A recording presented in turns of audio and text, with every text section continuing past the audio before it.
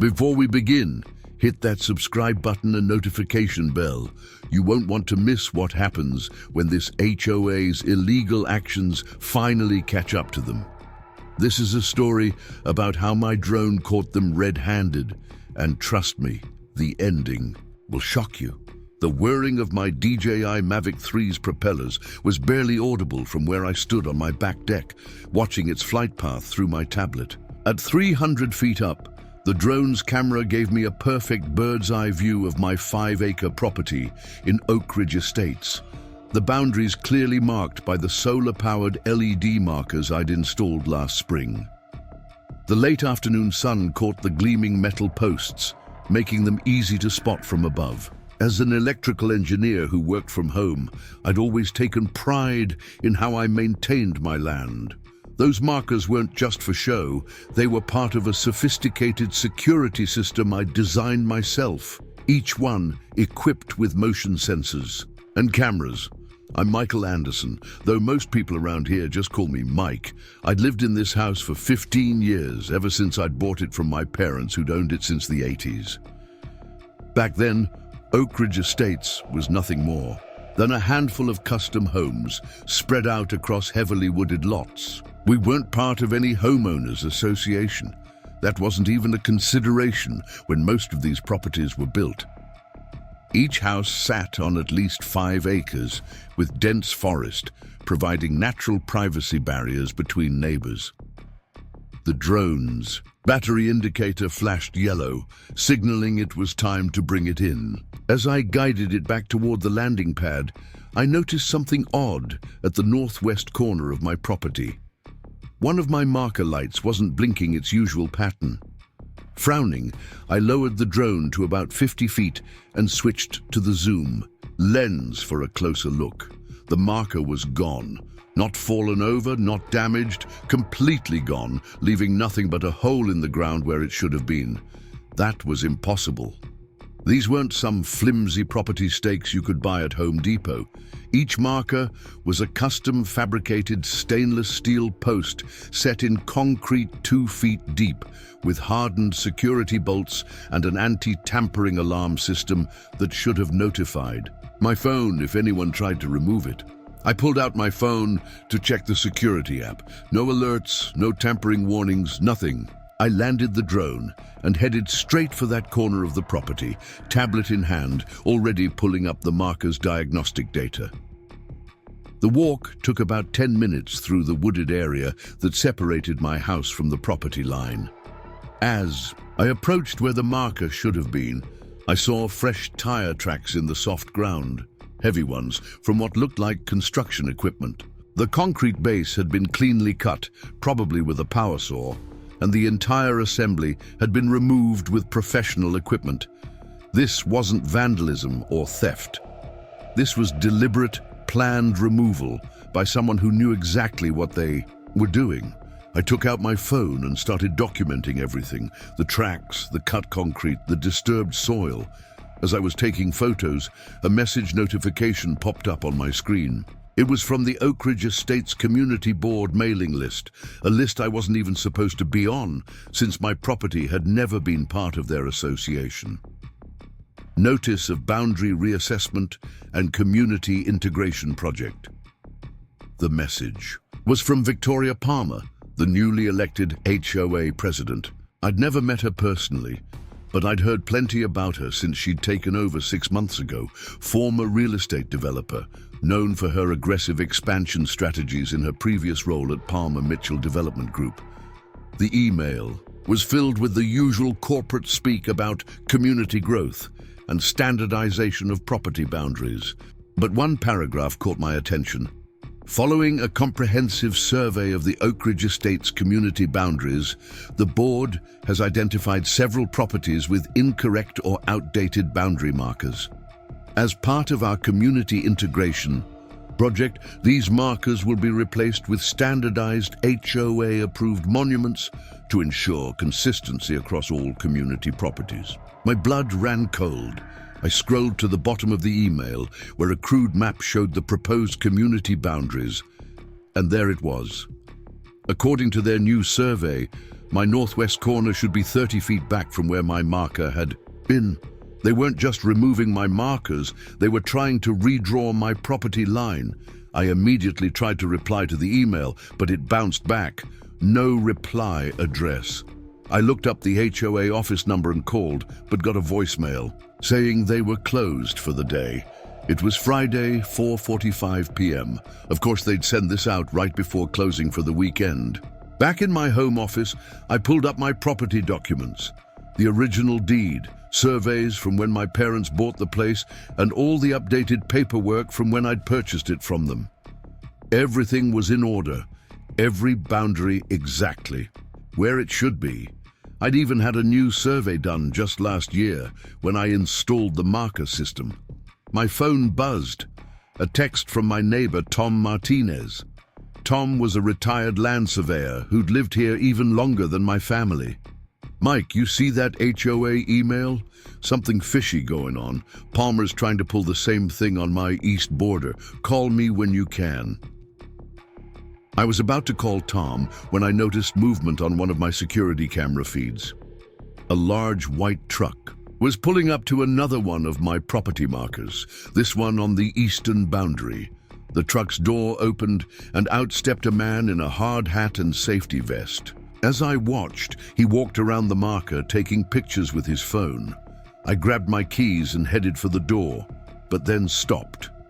No, rushing out there confrontationally wouldn't help. Instead, I went back to my drone controller. Within 2 minutes, I had the Mavic in the air again, this time recording in 4K. The man looked up at the sound of the drone, then quickly got back in his truck and drove away. But I had what I needed, clear footage of the truck's company logo, Sullivan Construction and Development.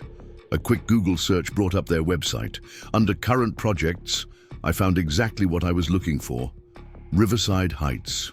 Luxury community development, coming soon to Pine Valley County. The project renderings showed a massive planned community of high-end homes, and right through the middle of it was a road. A road that would cut right through where my property currently stood. They weren't just trying to move my boundary markers. They were trying to clear a path for their new development, and they were using the HOA as a front to do it. I spent the next hour making calls to my lawyer, to the county recorder's office, to anyone who might be able to help.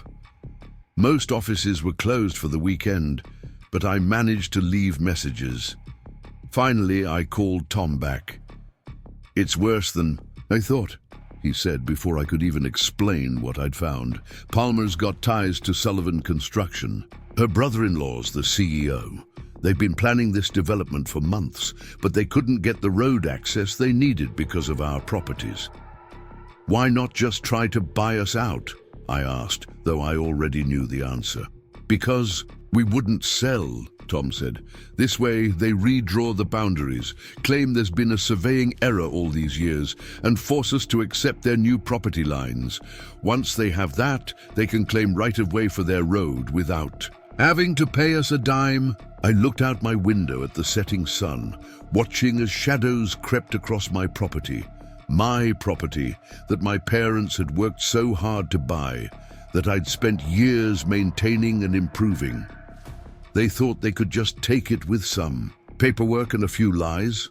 "Tom," I said, "I'm going to need your help. You still have all your old surveying equipment?" "Everything," he replied. "And Mike? Palmer doesn't know it yet, but she just picked a fight with the wrong people." I ended the call and walked back out onto my deck. In the distance, I could hear the rumble of construction equipment. They probably thought they had this all figured out. Wait until Friday afternoon to start their operation, remove the markers over the weekend when no one could stop them, then present their new survey as fact on Monday morning. But they didn't know about my drone footage. They didn't know about my security systems, and they definitely didn't know about what I was about to do next. I opened my laptop and started a new document. Evidence log, day 1. Then I pulled up my drone's video footage and began downloading everything. This wasn't just about my property anymore. This was about stopping people who thought they could take whatever they wanted just because they had money and connections. Let them think they had me cornered. Let them think this would be easy. I smiled as I typed out the first entry in my log. They were about to learn that sometimes the quietest neighbors are the ones you should worry about most. The Saturday morning sun hadn't yet cleared the tree line when I heard the distinct rumble of heavy equipment starting up in the distance. I was already at my computer, surrounded by 3 monitors displaying different camera feeds from around my property. My drone sat ready on its charging pad, battery at 100%. I'd barely slept, spending most of the night setting up additional surveillance cameras in the trees near my remaining property markers. Tom Martinez arrived just before 7, carrying a rugged metal case containing his old surveying equipment. Preparing and narrating this story took us a lot of time, so if you are enjoying it, subscribe to our channel. It means a lot to us. Now back to the story. Despite being retired, he kept everything meticulously maintained. His theodolite, a precision instrument for measuring angles, was worth more than most cars, and his knowledge of local property laws was even more valuable. He set the case down on my kitchen counter and accepted the coffee I offered, his expression grim. "They're already out there," he said, pointing toward the window. Sullivan's crew started moving equipment in at dawn. They've got an excavator and what looks like ground-penetrating radar. He pulled out his phone, showing me pictures he'd taken on his way over. They're being smart about it, keeping just off our properties, making it look like routine construction, prep for their development. I nodded, pulling up the drone's feed from earlier that morning. They're searching for the original survey markers, the ones the county placed back in the 70s. If they can find those, they'll claim our current boundaries are wrong. I zoomed in on one of the images, showing a worker operating ground scanning equipment. But that's where they made their first mistake. Tom raised an eyebrow. "How so?" I opened my filing cabinet and pulled out a thick folder, spreading its contents across the kitchen table. "Because I have something they don't. The original geological survey from 1974, complete with photographs and coordinates of every single marker placement. My father was obsessive about documentation." I pointed to a series of black and white photos showing concrete monuments being installed. These markers were set with titanium pins and registered with the State Geological Office. They're still there, exactly where they should be. The sound of trucks grew louder. I switched to the live feed from my eastern property line camera. 3 Sullivan construction vehicles were parked along the access road, and a team of workers was unloading equipment. Among them was a familiar face, Mark Sullivan himself, CEO of Sullivan Construction and Victoria Palmer's brother-in-law. "Time to make our first move," I said, reaching for my drone controller, but Tom put a hand on my arm. "Wait," he said, pulling out his phone. "Before we do anything, you need to see this." He opened his email and showed me a message from Linda Peterson, one of the HOA board members. "Linda's been doing some digging. Apparently Palmer didn't just decide to target our properties randomly. There's a bigger plan in motion." The email contained scanned copies of documents from recent HOA board meetings that hadn't been made public. The plans showed not just the road through our properties, but an entire commercial development. They were planning to rezone the entire area, turning our quiet woodland properties into a mixed-use development with shops, restaurants, and high-density housing. "They're not just after a road," Tom said quietly. "They want everything, the whole area." I felt my jaw tighten. "How long has this been in the works?" According to Linda, at least 8 months. Palmer's been planning this since before she even ran for HOA president. The whole election was probably just to get her in position to push this through. The drone screen showed more workers arriving, now setting up what looked like surveying equipment of their own. I'd seen enough. I powered up the drone and sent it climbing into the morning sky, its camera recording everything in high resolution. "What's the play here, Mike?" Tom asked, watching the feed over my shoulder. "We can't just let them keep removing markers." "We're not going to," I replied, maneuvering the drone to capture clear footage of every vehicle's license plate and company marking. "But first, we need to understand exactly what we're dealing with. Watch this." I switched the drone to thermal imaging mode, an expensive upgrade I'd added for monitoring wildlife on my property. The heat signatures of the workers showed up clearly, but more importantly, so did something else: underground utilities. The thermal camera revealed a network of pipes and cables that hadn't been on any of the plans Palmer had submitted to the county. "They've already started," I muttered, zooming in on a recently installed pipe junction. "They're putting in infrastructure before they even have approval.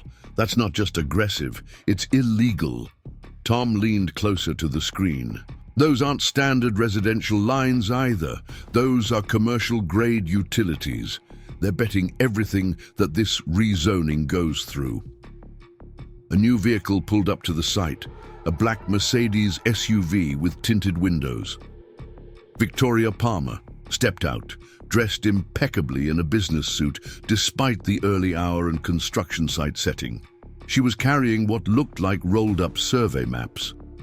I adjusted the drone's position, making sure to capture clear footage of her pointing to various locations and giving instructions to the work crew.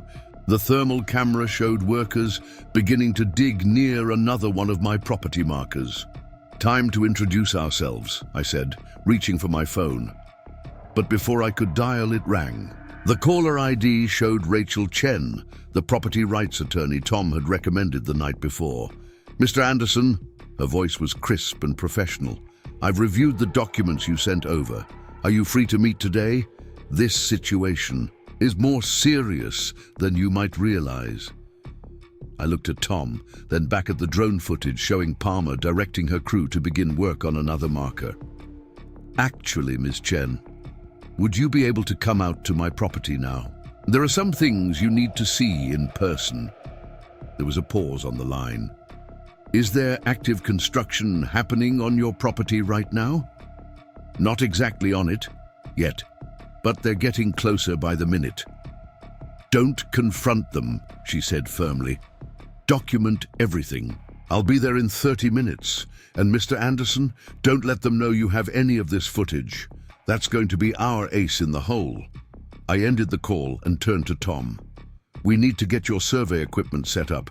I want our own measurements, done before Rachel gets here." I pointed to a spot on my property map. "If they try to claim the original markers are wrong, we'll have current certified readings to prove otherwise." Tom nodded, already opening his equipment case. "I'll start at the north corner and work my way around. But Mike, be careful with Palmer. People like her, they're not used to being challenged.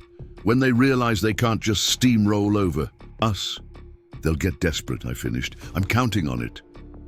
The next hour was a blur of activity. While Tom took readings with his survey equipment, I kept the drone in the air, documenting every move the construction crew made. Rachel Chen arrived exactly when she said she would, pulling up in a modest sedan that nonetheless screamed, "Serious lawyer." She was younger than I expected, but her eyes had the sharp look of someone who enjoyed complicated fights. I led her into my home office, where I had all 3 monitors displaying different angles of the construction activity. "Before we discuss anything else," I said, pulling up the thermal imaging footage, "you need to see what they've already done." Rachel watched the footage in silence, occasionally making notes on a legal pad. When I showed her the documentation of the removed markers, her eyebrows rose slightly. "They're not just being aggressive," she said. "They're being sloppy, overconfident." She turned to face me. "Tell me, Mr. Anderson, how attached are you to this property?" "It's not for sale," I replied firmly, "at any price." She smiled. "For the first time since arriving. Good, because I think we have an opportunity here to do more than just stop their development." We might be able to expose a pattern of behavior that could have implications far beyond your property line. She pulled out her tablet and showed me a series of news articles from other counties. Similar situations, different names, but always involving companies connected to Palmer Mitchell Development Group. Victoria Palmer has done this before, but never quite this brazenly. Usually, she's more careful about covering her tracks. A commotion from one of the monitor feeds caught my attention. 2 large trucks were backing up to my eastern property line, carrying what looked like precast concrete barriers. "They're not waiting for Monday," I said, reaching for the drone controller. Rachel put a hand on my arm, just as Tom had earlier. "Let them do it," she said quietly. "The more they commit to this course of action, the stronger our case becomes. But we need to move fast on the legal front." She pulled out her phone. "I'm going to request an emergency injunction, but first I need you to send me all the footage you've captured, along with any documentation you have of the original property surveys." The sound of heavy equipment grew louder. On the monitors, we could see workers beginning to unload the concrete barriers. Victoria Palmer was still there, now talking on her phone while gesturing at a spot near my property line. "They're going to try to box me in," I realized. "Put up barriers around their new boundary line before we can stop them." Rachel was already typing rapidly on her tablet. "Classic adverse possession tactic. They're trying to establish physical control of the disputed area." She looked up at me. "Mr. Anderson, how quickly can you get those original survey documents to me?" I was already moving to my filing cabinet. "Everything's digitized. I can send it now." I paused, looking at the live feed again. "But there's something else you should see first." I pulled up another file on my computer. Documents I'd found during my late-night research. Palmer's development company, their funding isn't what it seems to be. Rachel leaned in, scanning the financial documents I'd uncovered. Her eyes widened slightly. "Where did you get these?" "Public records mostly, plus some connections I have in the engineering world. The money behind this development, it's being laundered through shell companies. I think that's why they're moving so fast. They need to show progress to their real investors." She was quiet for a moment, thinking, "This changes things. We're not just dealing with an aggressive development company anymore. If there's financial fraud involved." She straightened up, decision made. "I'm calling in some favors. We need to get a judge to look at this today, not Monday." The drone's battery warning beeped. As I brought it in for a landing, I noticed something odd on the thermal feed. The workers weren't just placing barriers, they were installing something else, something that was giving off a significant heat signature. "They're putting in powered equipment," Tom said, having just returned from his survey work. "Looks like security cameras, probably trying to establish surveillance over the area they're claiming." Rachel's phone buzzed.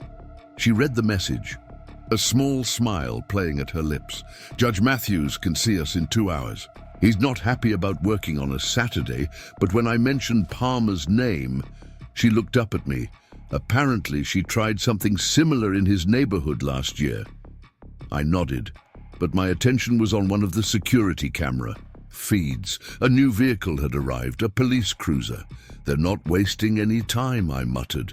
"No," Rachel said, gathering her things. "They're not. And that's exactly what we want. The more aggressive they are, the more mistakes they'll make." She handed me a business card. "I'm heading to the courthouse now to file the emergency injunction. Stay here, keep recording everything, but do not engage with them directly. If they try to serve you with any papers, call me immediately." As Rachel left, Tom and I watched the scene unfolding on the monitors. The police officer was talking with Palmer, nodding as she gestured toward my property. It was clear they were preparing to make some sort of official move. "They'll probably try to claim I'm interfering with their work," I said, "even though they're the ones who crossed onto my property." Tom was studying the thermal imaging feed with a surveyor's trained eye. "Mike, look at this," he said, pointing to a pattern in the underground utilities they'd installed. "These aren't just random placements. They've been planning this for months, maybe longer. These lines, they're laid out for something much bigger than what they're showing in their public plans." I zoomed in on the area he was indicating, the thermal imaging revealing a complex network of high-capacity utility lines. They're planning for commercial development, not just residential, I realized. This whole community integration story is just a cover. My phone buzzed, a text from Linda Peterson.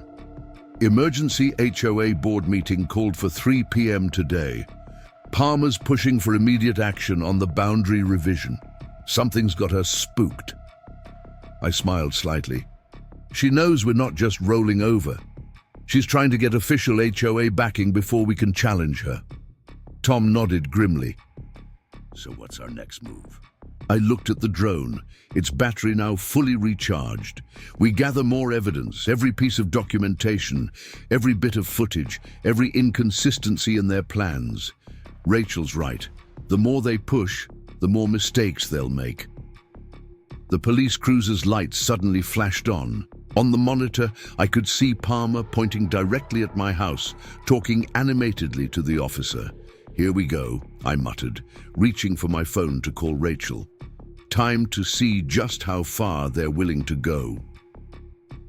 The morning sun was now fully up, casting long shadows across my property as another day in this battle began.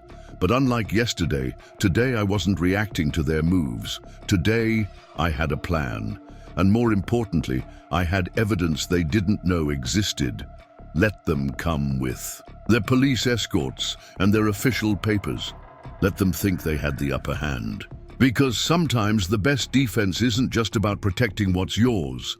It's about being ready when your opponents make that one crucial mistake that brings their whole house of cards tumbling down. Officer James Bryant stood on my front, a porch, his expression a mixture of discomfort and professional detachment.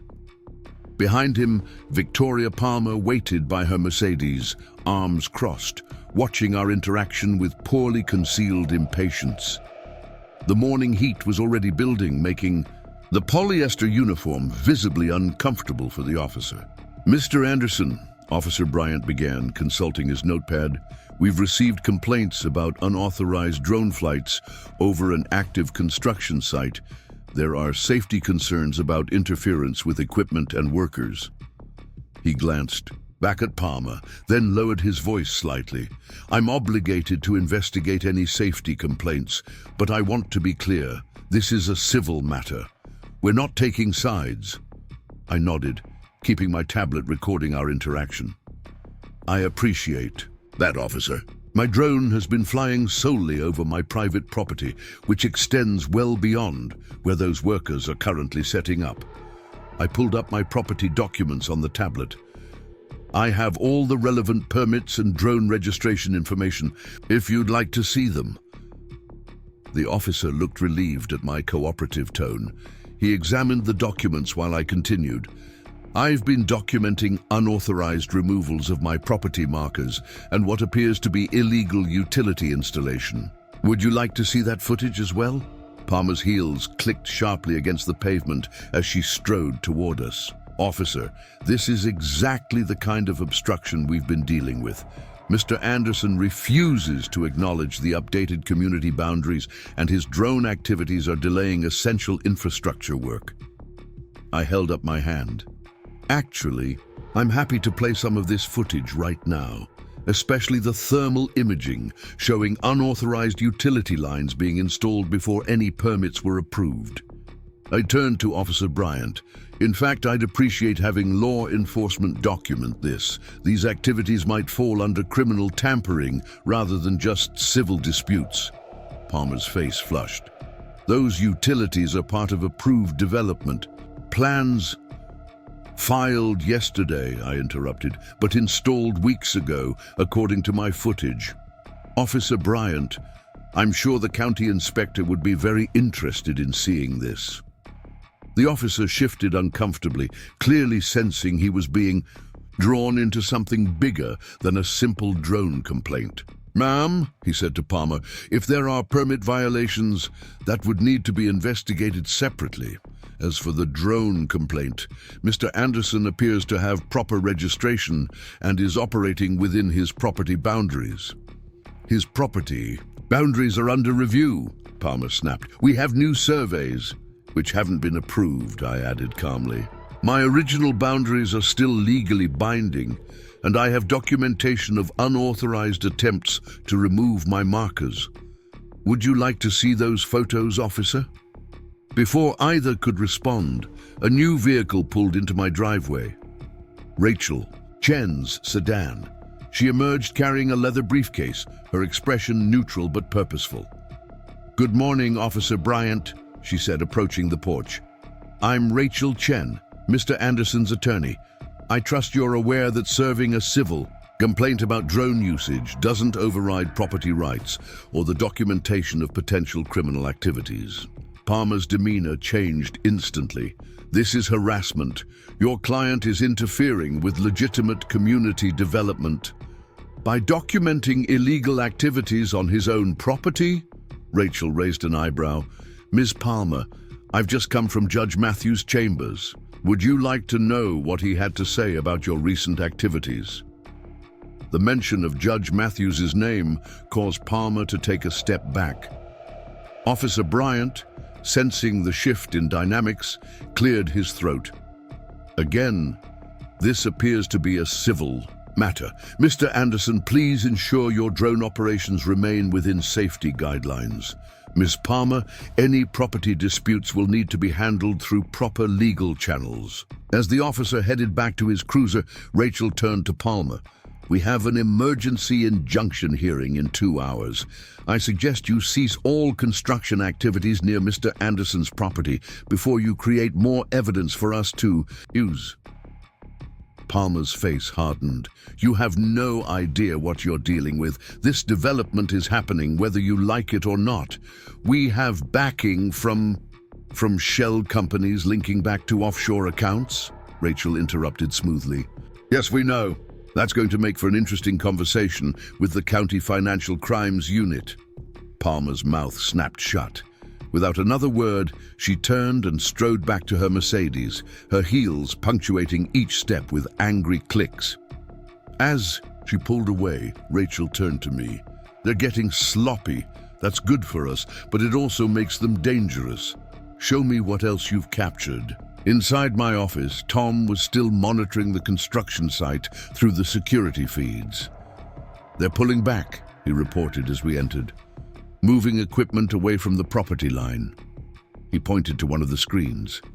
"But look at this. They're setting up some kind of electronic equipment just beyond our boundaries." I zoomed in on the feed.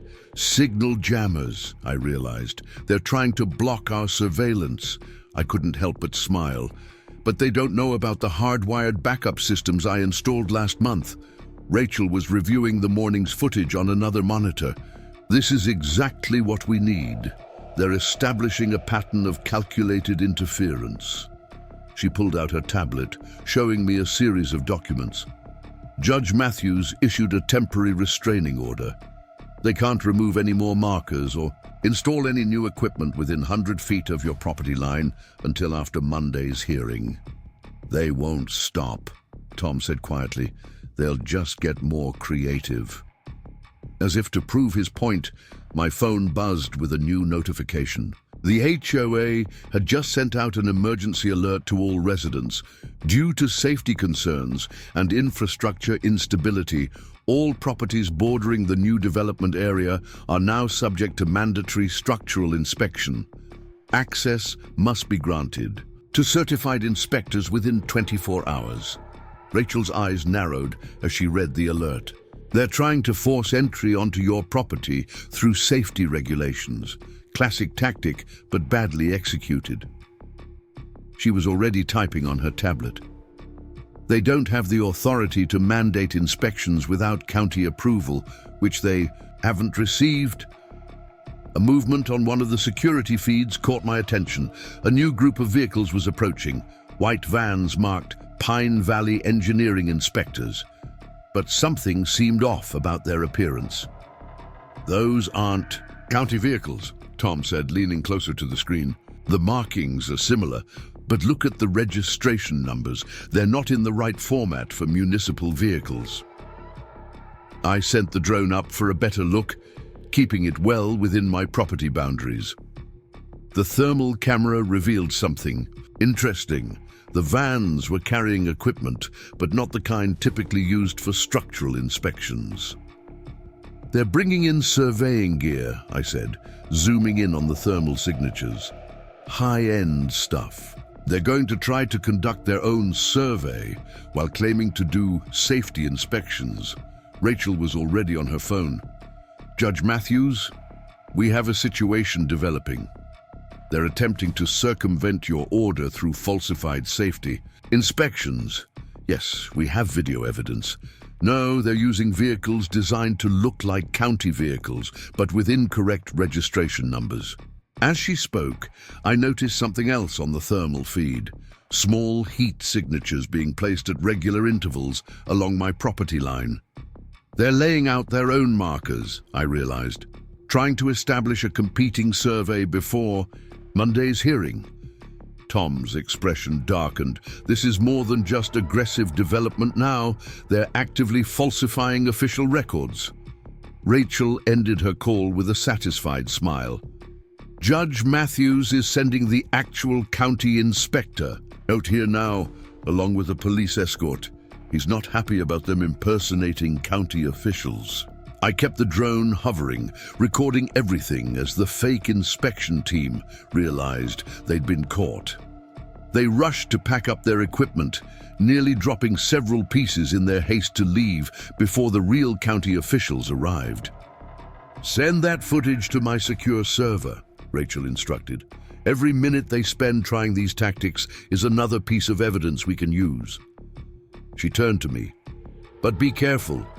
People like Palmer, when they're backed into a corner, they tend to lash out in unpredictable ways." A new email notification popped up on my screen from Linda Peterson, marked urgent. I opened it to find scanned documents from the emergency HOA board meeting. My blood ran cold as I read through them. "They're not just trying to move property lines," I said, forwarding the email to Rachel. "They're attempting to retroactively incorporate my entire property into their HOA.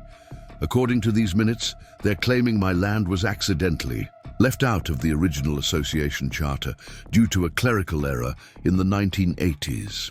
Rachel scanned the documents, her expression growing increasingly concerned. "This is a new level of fraud. They're trying to rewrite 40 years of property history." She looked up at me. "Mr. Anderson, I hope you're ready for a fight, because they've just escalated this beyond a simple boundary dispute." I glanced at the drone footage still streaming on my monitors, showing the fake inspection teams fleeing the scene. "Oh, I'm ready. And thanks to their desperate tactics, we now have proof of multiple criminal violations." A county police cruiser appeared on the security feed, followed by a legitimate inspection vehicle. Rachel gathered her papers. "Let's go greet the real county officials. And Mr. Anderson, keep that drone ready. Something tells me they're not done trying to pull stunts." Tom stayed at the monitors while Rachel and I headed outside. As we walked, I couldn't help but feel a grim satisfaction. Palmer and her people thought they could overwhelm me with aggressive tactics and false paperwork. Instead, they were creating a trail of evidence that would ultimately lead to their downfall. The real county inspector, a stern-faced woman named Sarah Martinez, was already examining the unauthorized utility installations when we reached her. "This is completely unauthorized work," she declared, taking photos with an official county camera. "These lines weren't just installed without permits, they're not up to code. This is going to trigger a full investigation." Rachel nodded approvingly. "We'll need copies of your official findings for Monday's hearing." The inspector looked up from her camera. "Monday. These violations can't wait until Monday. I'm calling." in an emergency stop work order right now. No construction activity can take place within 1,000 feet of these unauthorized utilities until we complete a full safety review. I shared a look with Rachel. Palmer's aggressive tactics had just backfired spectacularly. Not only were they blocked from accessing my property, but now their entire development was going to be delayed by their own rushed attempts to install infrastructure illegally. As if summoned by our thoughts, the sound of screeching tires announced Palmer's return. Her Mercedes skidded to a stop, and she practically jumped out, her usual composed demeanor completely shattered. "You can't shut down the entire development," she shouted, striding toward the inspector. "Do you have any idea how much money is on the line here? How many investors are counting on our timeline?" The inspector didn't even look up from her documentation. "Ms. Palmer, every word you're saying is being recorded on my official body camera. Would you like to continue admitting to knowing about these unauthorized installations?" Palmer's mouth snapped shut, but her eyes were burning with fury as she looked at me. Without another word, she turned and walked back to her car, phone already pressed to her ear. "She's calling her real backers," Rachel murmured. "The ones behind those shell companies. This should be interesting." I nodded, already sending the drone up for another sweep of the area. Whatever Palmer's next move was going to be, I would be ready to document it. The question wasn't if she would try something else, but when and how desperate it would be. As the morning sun climbed higher, casting harsh shadows across the construction equipment now sitting idle, I couldn't help but feel we'd just witnessed a major turning point. Palmer's careful plans were unraveling, and she knew it. But cornered opponents are often the most dangerous, and something told me this fight was far from over. Jennifer Brooks from the Pine Valley Gazette arrived just as County Inspector Martinez was finishing her preliminary assessment. The young journalist had her phone out, already recording as Palmer's Mercedes peeled away from the scene, leaving black tire marks on the pavement. I hadn't called the press, but nothing stayed secret for long in a small community like ours. "Mr. Anderson?" Jennifer approached, her press badge swinging from a lanyard. "I heard about the unauthorized construction work and the property dispute. Would you care to comment on the situation?" Before I could respond, Rachel stepped forward. "Ms. Brooks, I suggest you speak with County Inspector Martinez first.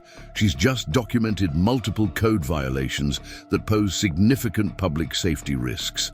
That might be of particular interest to your readers."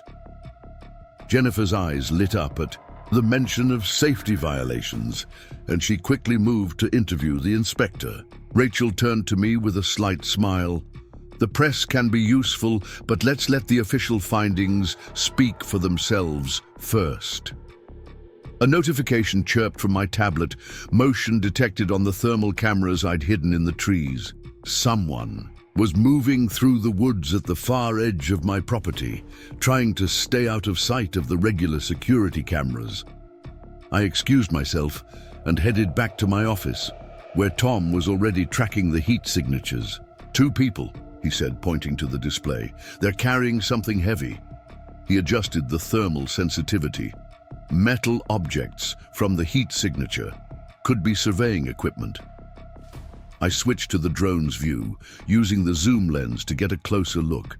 The figures were dressed in dark clothing, moving carefully through the underbrush. They were indeed carrying equipment, but not for surveying. They were setting up small electronic devices at regular intervals along my property line. "Signal boosters," I muttered, recognizing the configuration. "They're trying to establish a wireless network around the property." I zoomed in closer. "But why? They already tried jammers." My computer suddenly pinged with an alert from my network security system. Someone was attempting to access my home's wireless network. The attack was sophisticated, not just a brute force attempt, but a coordinated effort to exploit multiple potential vulnerabilities. They're not trying to jam our signals, I realized. They're trying to hack them. They want access to our surveillance footage. I quickly initiated my network's defensive protocols, severing all wireless connections and switching to the hardwired backup system. Tom leaned forward, studying the thermal feed. Look at their movement pattern. They're not just placing equipment. Randomly, they're creating a perimeter. He pointed to several hotspots on the display. These devices, they're positioned to triangulate signals. They're trying to map our entire security system.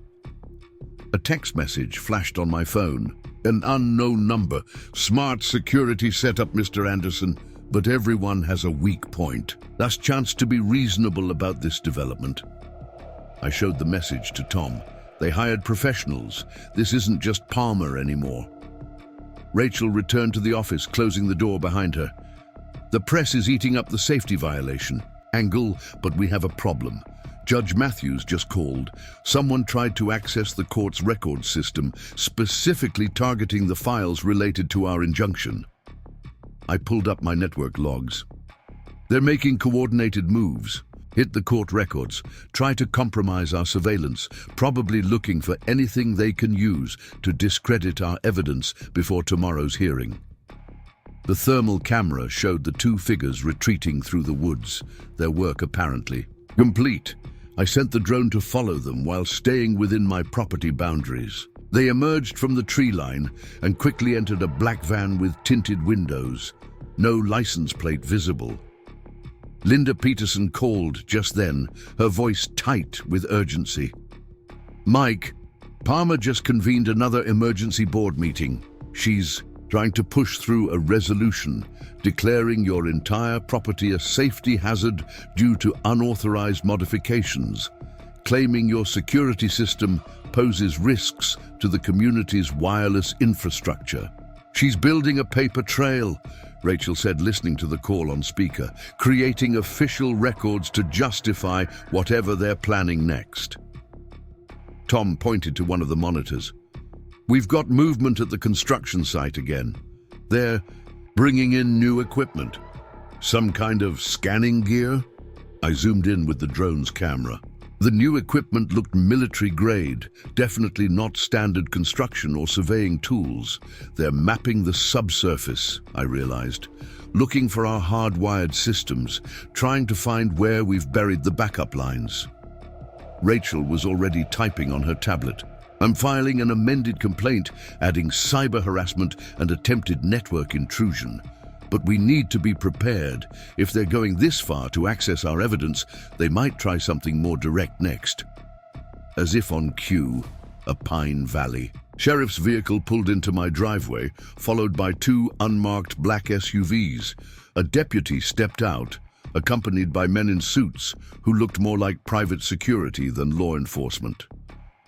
Mr. Anderson, the deputy called out, we have a warrant to inspect your property for unauthorized surveillance equipment that may be interfering with public safety systems.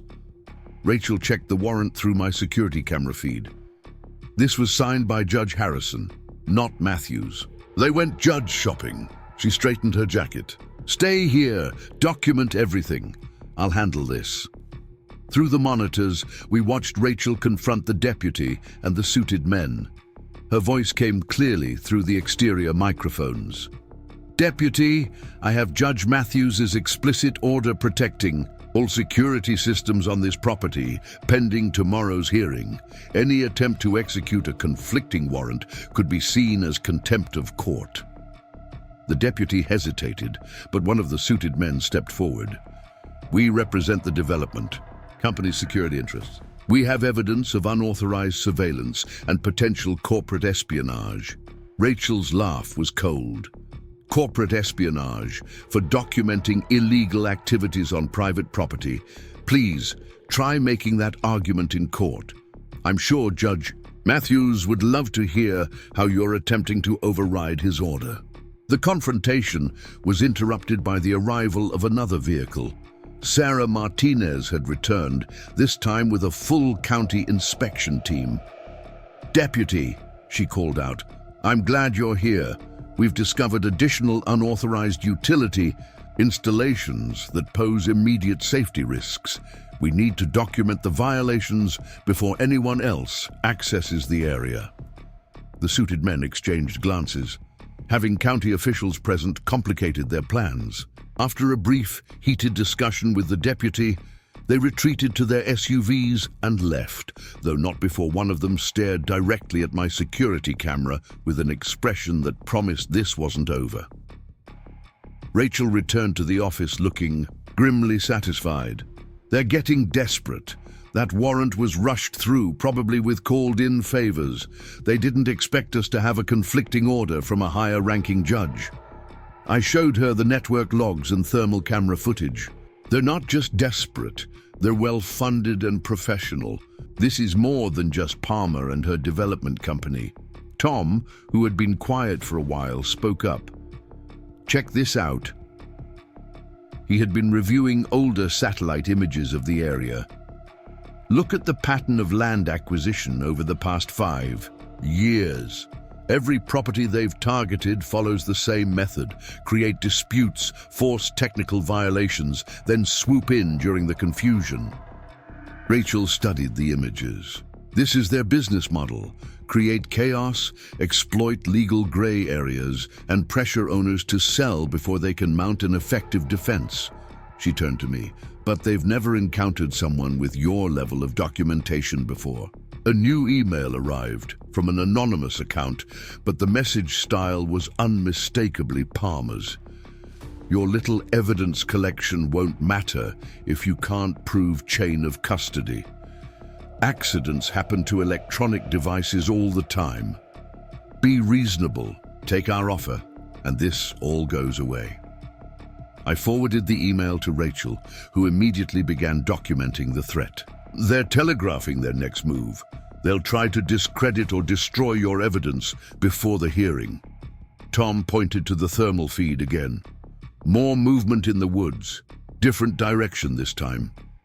The heat signatures showed multiple figures approaching from various angles, staying just outside my property line.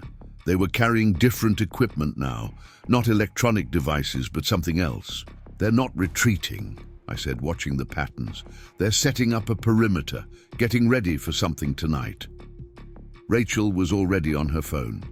"Judge Matthews, we need to discuss additional security measures.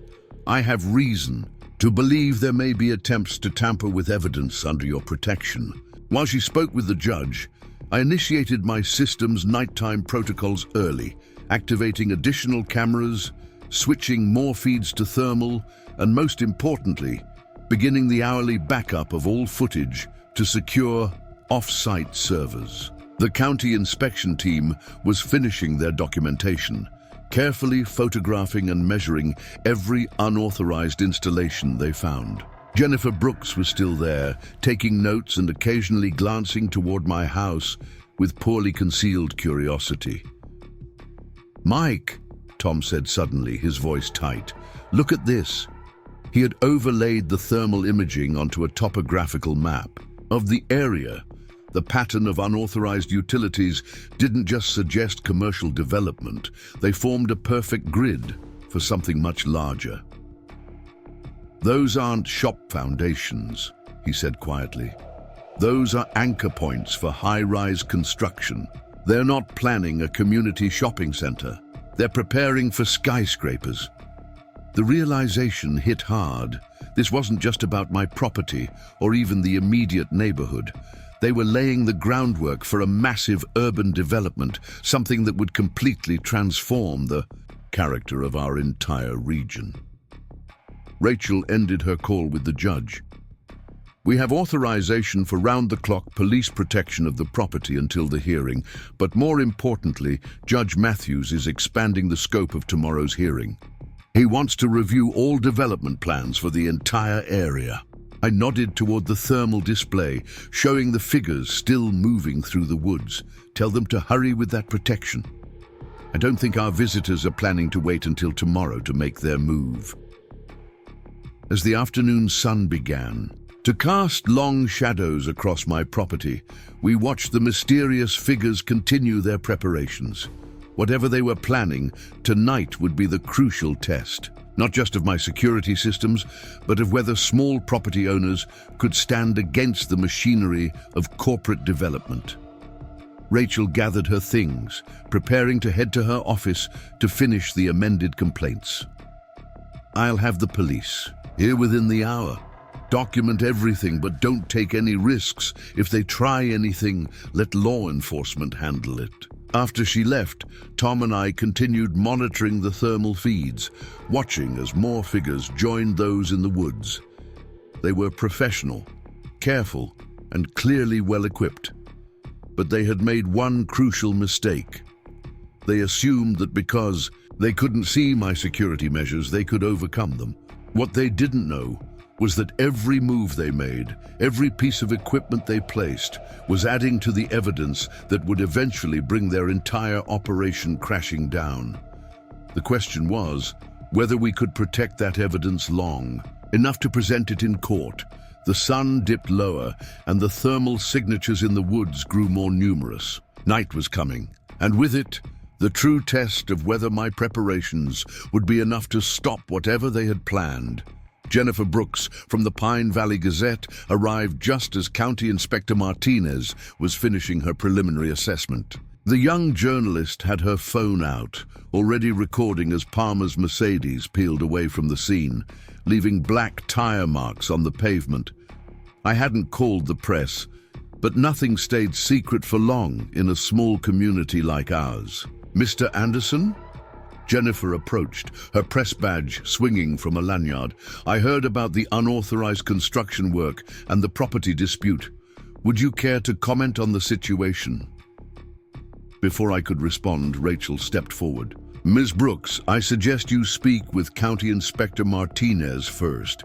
She's just documented multiple code violations that pose significant public safety risks. That might be of particular interest to your readers." Jennifer's eyes lit up at the mention of safety violations, and she quickly moved to interview the inspector. Rachel turned to me with a slight smile. "The press can be useful, but let's let the official findings speak for themselves first." A notification chirped from my tablet, motion detected on the thermal cameras I'd hidden in the trees. Someone was moving through the woods at the far edge of my property, trying to stay out of sight of the regular security cameras. I excused myself and headed back to my office, where Tom was already tracking the heat signatures. "Two people," he said, pointing to the display. "They're carrying something heavy." He adjusted the thermal sensitivity. Metal objects from the heat signature could be surveying equipment. I switched to the drone's view, using the zoom lens to get a closer look. The figures were dressed in dark clothing, moving carefully through the underbrush. They were indeed carrying equipment, but not for surveying. They were setting up small electronic devices at regular intervals along my property line. "Signal, boosters," I muttered, recognizing the configuration. "They're trying to establish a wireless network around the property." I zoomed in closer. But why? They already tried jammers. My computer suddenly pinged with an alert from my network security system. Someone was attempting to access my home's wireless network. The attack was sophisticated, not just a brute force attempt, but a coordinated effort to exploit multiple potential vulnerabilities. They're not trying to jam our signals, I realized. They're trying to hack them. They want access to our surveillance footage. I quickly initiated my network's defensive protocols, severing all wireless connections and switching to the hardwired backup system. Tom leaned forward, studying the thermal feed. "Look at their movement pattern. They're not just placing equipment randomly. They're creating a perimeter." He pointed to several hotspots on the display. "These devices, they're positioned to triangulate signals. They're trying to map our entire security system." A text message flashed on my phone, an unknown number. "Smart security setup. Mr. Anderson, but everyone has a weak point. Last chance to be reasonable about this development." I showed the message to Tom. "They hired professionals. This isn't just Palmer anymore. Rachel returned to the office, closing the door behind her. The press is eating up the safety violation angle, but we have a problem. Judge Matthews just called. Someone tried to access the court's record system, specifically targeting the files related to our injunction. I pulled up my network logs. They're making coordinated moves. Hit the court records, try to compromise our surveillance, probably looking for anything they can use to discredit our evidence before tomorrow's hearing. The thermal camera showed the two figures retreating through the woods, their work apparently complete. I sent the drone to follow them while staying within my property boundaries. They emerged from the tree line and quickly entered a black van with tinted windows, no license plate visible. Linda Peterson called just then, her voice tight with urgency. "Mike, Palmer just convened another emergency board meeting. She's trying to push through a resolution declaring your entire property a safety hazard due to unauthorized modifications, claiming your security system poses risks to the community's wireless infrastructure. She's building a paper trail," Rachel said, listening to the call on speaker, "creating official records to justify whatever they're planning next." Tom pointed to one of the monitors. "We've got movement at the construction site again. They're bringing in new equipment, some kind of scanning gear." I zoomed in with the drone's camera. The new equipment looked military grade, definitely not standard construction or surveying tools. "They're mapping the subsurface," I realized, "looking for our hardwired systems, trying to find where we've buried the backup lines." Rachel was already typing on her tablet. "I'm filing an amended complaint, adding cyber harassment and attempted network intrusion, but we need to be prepared. If they're going this far to access our evidence, they might try something more direct next." As if on cue, a Pine Valley Sheriff's vehicle pulled into my driveway, followed by two unmarked black SUVs. A deputy stepped out, accompanied by men in suits who looked more like private security than law enforcement. "Mr. Anderson," the deputy called out, "we have a warrant to inspect your property for unauthorized surveillance equipment that may be interfering with public safety systems." Rachel checked the warrant through my security camera feed. This was signed by Judge Harrison, not Matthews. They went judge shopping. She straightened her jacket. "Stay here. Document everything. I'll handle this." Through the monitors, we watched Rachel confront the deputy and the suited men. Her voice came clearly through the exterior microphones. "Deputy, I have Judge Matthews' explicit order protecting all security systems on this property pending tomorrow's hearing. Any attempt to execute a conflicting warrant could be seen as contempt of court." The deputy hesitated, but one of the suited men stepped forward. "We represent the development company's security interest. We have evidence of unauthorized surveillance and potential corporate espionage." Rachel's laugh was cold. "Corporate espionage for documenting illegal activities on private property? Please try making that argument in court. I'm sure Judge Matthews would love to hear how you're attempting to override his order." The confrontation was interrupted by the arrival of another vehicle. Sarah Martinez had returned, this time with a full county inspection team. "Deputy," she called out, "I'm glad you're here. We've discovered additional unauthorized utility installations that pose immediate safety risks. We need to document the violations before anyone else accesses the area." The suited men exchanged glances. Having county officials present complicated their plans. After a brief, heated discussion with the deputy, they retreated to their SUVs and left, though not before one of them stared directly at my security camera with an expression that promised this wasn't over. Rachel returned to the office, looking grimly satisfied. "They're getting desperate. That warrant was rushed through, probably with called-in favors. They didn't expect us to have a conflicting order from a higher-ranking judge." I showed her the network logs and thermal camera footage. They're not just desperate, They're well-funded and professional. This is more than just Palmer and her development company. Tom, who had been quiet for a while, spoke up. Check this out. He had been reviewing older satellite images of the area. Look at the pattern of land acquisition over the past 5 years. Every property they've targeted follows the same method: create disputes, force technical violations, then swoop in during the confusion. Rachel studied the images. This is their business model: create chaos, exploit legal gray areas, and pressure owners to sell before they can mount an effective defense. She turned to me. But they've never encountered someone with your level of documentation before. A new email arrived from an anonymous account, but the message style was unmistakably Palmer's.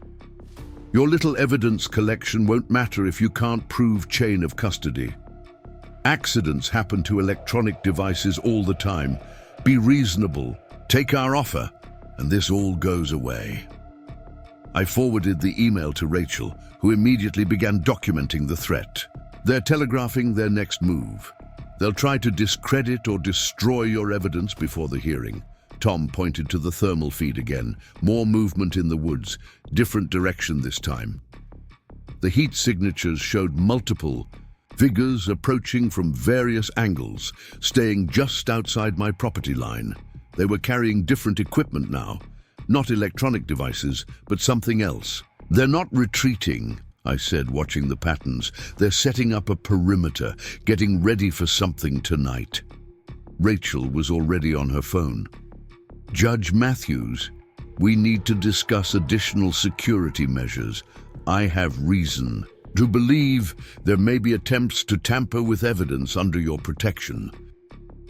While she spoke with the judge, I initiated my system's nighttime protocols early, activating additional cameras, switching more feeds to thermal, and most importantly, beginning the hourly backup of all footage to secure off-site servers. The county inspection team was finishing their documentation, carefully photographing and measuring every unauthorized installation they found.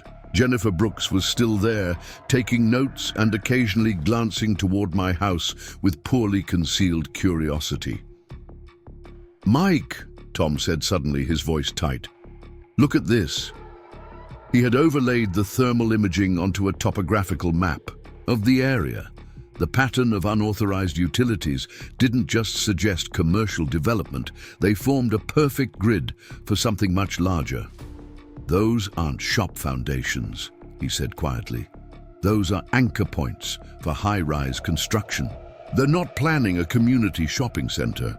They're preparing for skyscrapers." The realization hit hard. This wasn't just about my property or even the immediate neighborhood. They were laying the groundwork for a massive urban development, something that would completely transform the character of our entire region. Rachel ended her call with the judge. "We have authorization for round-the-clock police protection of the property until the hearing. But more importantly, Judge Matthews is expanding the scope of tomorrow's hearing. He wants to review all development plans for the entire area." I nodded toward the thermal display, showing the figures still moving through the woods. "Tell them to hurry with that protection. I don't think our visitors are planning to wait until tomorrow to make their move." As the afternoon sun began to cast long shadows across my property, we watched the mysterious figures continue their preparations. Whatever they were planning, tonight would be the crucial test. Not just of my security systems, but of whether small property owners could stand against the machinery of corporate development. Rachel gathered her things, preparing to head to her office to finish the amended complaints. "I'll have the police here within the hour. Document everything, but don't take any risks. If they try anything, let law enforcement handle it." After she left, Tom and I continued monitoring the thermal feeds, watching as more figures joined those in the woods. They were professional, careful, and clearly well-equipped. But they had made one crucial mistake. They assumed that because they couldn't see my security measures, they could overcome them. What they didn't know was that every move they made, every piece of equipment they placed, was adding to the Evidence that would eventually bring their entire operation crashing down. The question was whether we could protect that evidence long enough to present it in court. The sun dipped lower, and the thermal signatures in the woods grew more numerous. Night was coming, and with it, the true test of whether my preparations would be enough to stop whatever they had planned. Special Agent Diana Torres arrived as the morning fog was still clinging to the ground, her dark SUV gliding silently up my driveway. The federal response team had worked through the night, cataloging evidence and processing the captured intruders. Now, in the harsh light of day, the full scope of what had transpired was becoming clear. "Mr. Anderson," Agent Torres greeted me, her badge glinting in the early morning sun. "We need to discuss what you've uncovered here. This goes far beyond property disputes or overzealous development." She glanced at the evidence team still working around my property. "You've stumbled onto something much bigger." Inside my office, I pulled up the comprehensive timeline I'd been building. Agent Torres studied the display with growing interest. As I showed her the pattern of land acquisitions, shell companies, and suspicious development projects stretching back years. "They've been perfecting this method across multiple states," I explained. "Use HOAs as legitimate fronts, create artificial disputes, then force property owners out through a combination of legal pressure and intimidation." Rachel Chen arrived. As I was walking Agent Torres through the drone footage from the past week, my attorney looked exhausted but satisfied. "The federal prosecutor wants to move quickly," she announced. "They're particularly interested in the financial trails you uncovered, Mike. The shell companies Palmer was using, they connect to some very interesting people." Agent Torres nodded grimly. "We've been investigating similar operations on the West Coast. Same tactics, different names.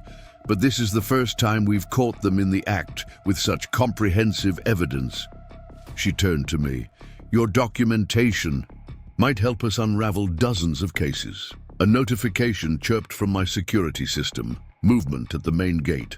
The camera feed showed Jennifer Brooks from the Pine Valley Gazette, accompanied by reporters from 2 national networks.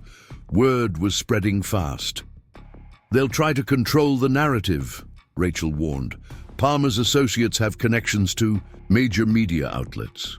They'll spin this as a simple misunderstanding, try to paint you as an uncooperative holdout against community progress." I smiled slightly, pulling up another file on my main screen. "That's why I've been backing up everything to multiple secure locations, including this." I played a clip from one of my hidden cameras, showing Palmer in a heated conversation with her security team just days ago. The audio was crystal clear. "I don't care what it takes. Get rid of those markers, corrupt the evidence, and make it look like an accident. Our investors need this deal to close." Agent Torres leaned forward. "When was this recorded?" "Tuesday afternoon. I have dozens more like it. Every conversation, every illegal action, all documented with timestamps and authentication data that will hold up in court." A commotion outside drew our attention. Through the window, we could see Linda Peterson being escorted onto the property by federal agents. She looked nervous but determined. "Your whistleblower has more to share," Rachel said. "She's been gathering evidence of her own, documenting irregular board meetings and unauthorized financial transfers. Apparently, Palmer wasn't just using the HOA as a front. She was embezzling from their reserve funds to pay for her private security operations." Agent Torres made a quick call, then turned back to us. "We've frozen the HOA's accounts. Forensic accountants are already finding irregularities going back months. But there's something else that concerns me." She pulled out her tablet, showing us a series of satellite images. "These development patterns you identified, they're not random. They're creating a corridor, systematically acquiring properties along a specific route." I studied the images, the engineer in me recognizing the pattern. "They're following infrastructure lines, old utility corridors, abandoned rail rights of way." "Exactly," Torres confirmed. We think they're creating a hidden transportation network, disguising it as normal development. The question is, transportation for what? Before we could discuss further, Kevin Reynolds burst into the office. "You need to see this," he said, connecting his laptop to my main display. He pulled up footage from one of his drones recorded just minutes ago at the edge of my property. The thermal imaging showed a new set of vehicles arriving at the construction site, unmarked vans with unusual heat signatures. "Those aren't construction vehicles," Torres said sharply. "Those are mobile command centers. Someone's setting up surveillance."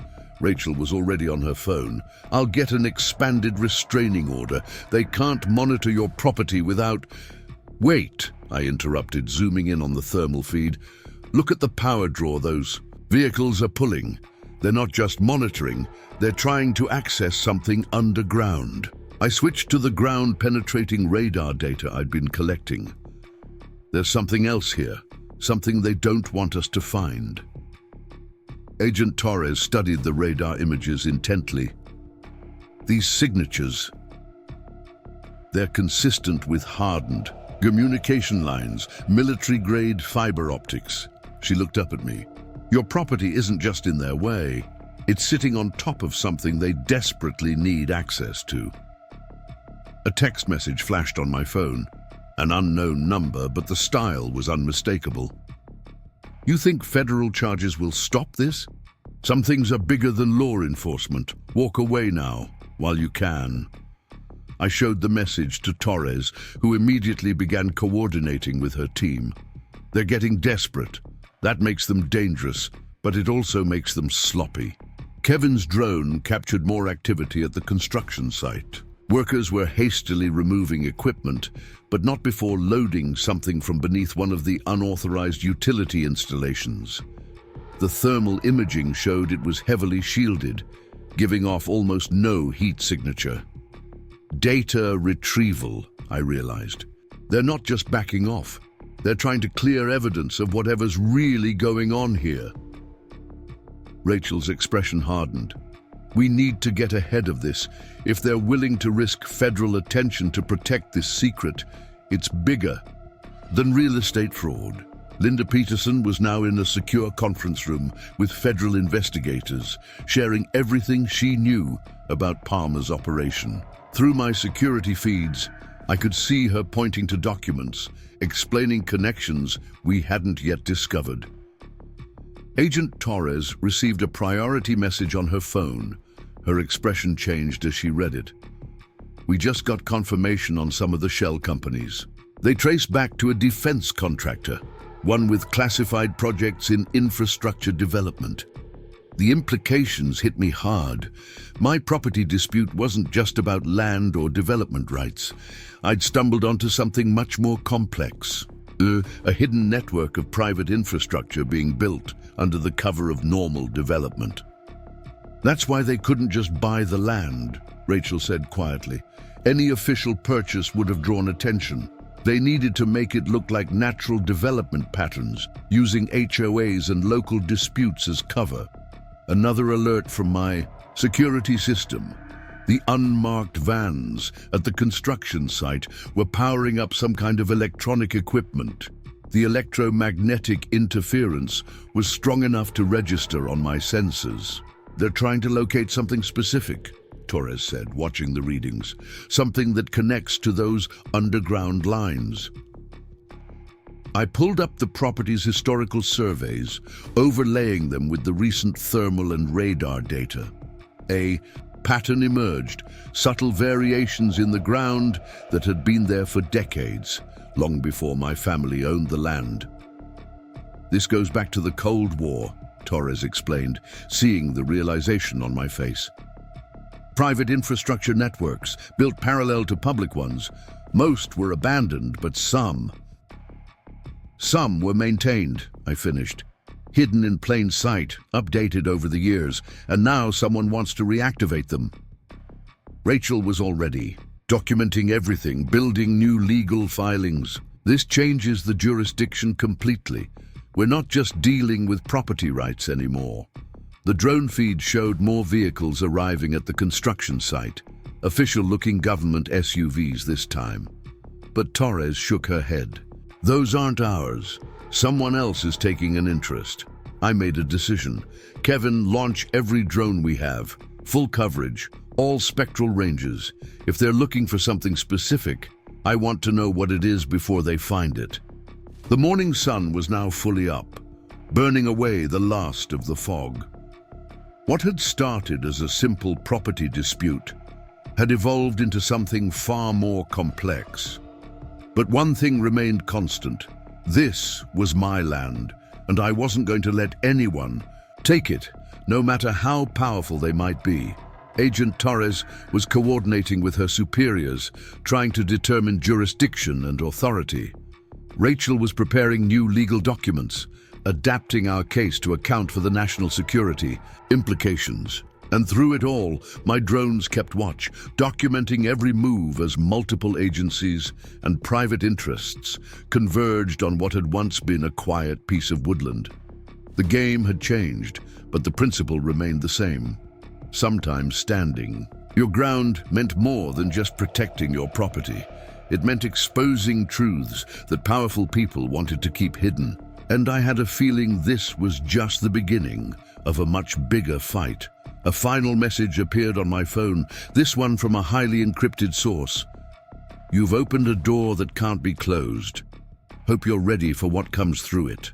I looked at the thermal feeds showing the growing activity around my property, at the federal agents documenting evidence, at the mysterious government vehicles arriving with their own agendas. Ready or not, I was now part of something much bigger than a property dispute, and I had a feeling the real fight was just beginning.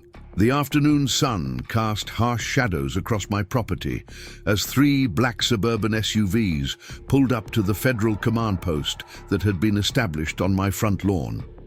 Men in dark suits emerged, their bearing distinctly military despite their civilian clothes. Agent Torres straightened as they approached, her expression carefully neutral. National Security Agency, she murmured to me. This just got even more complicated. The lead agent, a sharp-featured man who introduced himself only as Matthews, wasted no time with pleasantries. Mr. Anderson, we need to discuss the underground communication infrastructure you've discovered. He held up a hand as Rachel began to protest. This isn't a request. What you've stumbled onto has implications far beyond property rights. Kevin's drones had mapped an intricate network beneath my land. Not just communication lines, but what appeared to be sealed access points and junction boxes that hadn't appeared on any official surveys. The NSA team spread out across my property, setting up specialized detection equipment that made my own sensors look primitive. The network was established in 1962. Matthews explained, showing us classified documents now declassified for our briefing. Part of a secondary communication grid designed to survive potential nuclear strikes. Most of it was decommissioned in the late 80s, but certain sections were maintained, updated in secret. Rachel, who had been reviewing the documents, looked up sharply. And Palmer's development group knew about this? That's why they targeted these specific properties? Not exactly, a new voice interjected.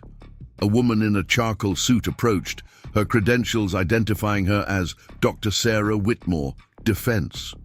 Advanced Research Projects Agency. They knew something was here, but not what. They were hired to acquire the land by people who wanted access to the network without drawing attention. Agent Torres frowned. Hired by whom? Before Dr. Whitmore could respond, one of Kevin's drones sent an urgent alert. The thermal imaging showed new activity at the edge of the construction site. Workers quickly unloading equipment from unmarked vans. But these weren't construction tools. Ground-penetrating sonar arrays, Dr. Whitmore identified watching the feed. Military grade. They're mapping the entire underground network. She turned to Matthews. We need to shut this down now, if they get a complete map of the system. Too late, I interrupted, showing them my own sensor readings. They've been scanning for hours, using the construction equipment as cover. But look at this. I pulled up an overlay showing signal patterns. They're not just mapping, they're trying to access the network, sending test signals through the old lines. Matthews's face hardened. Who are they working for? A ping from my security system provided an answer. The facial recognition software had identified one of the men supervising the scanning operation.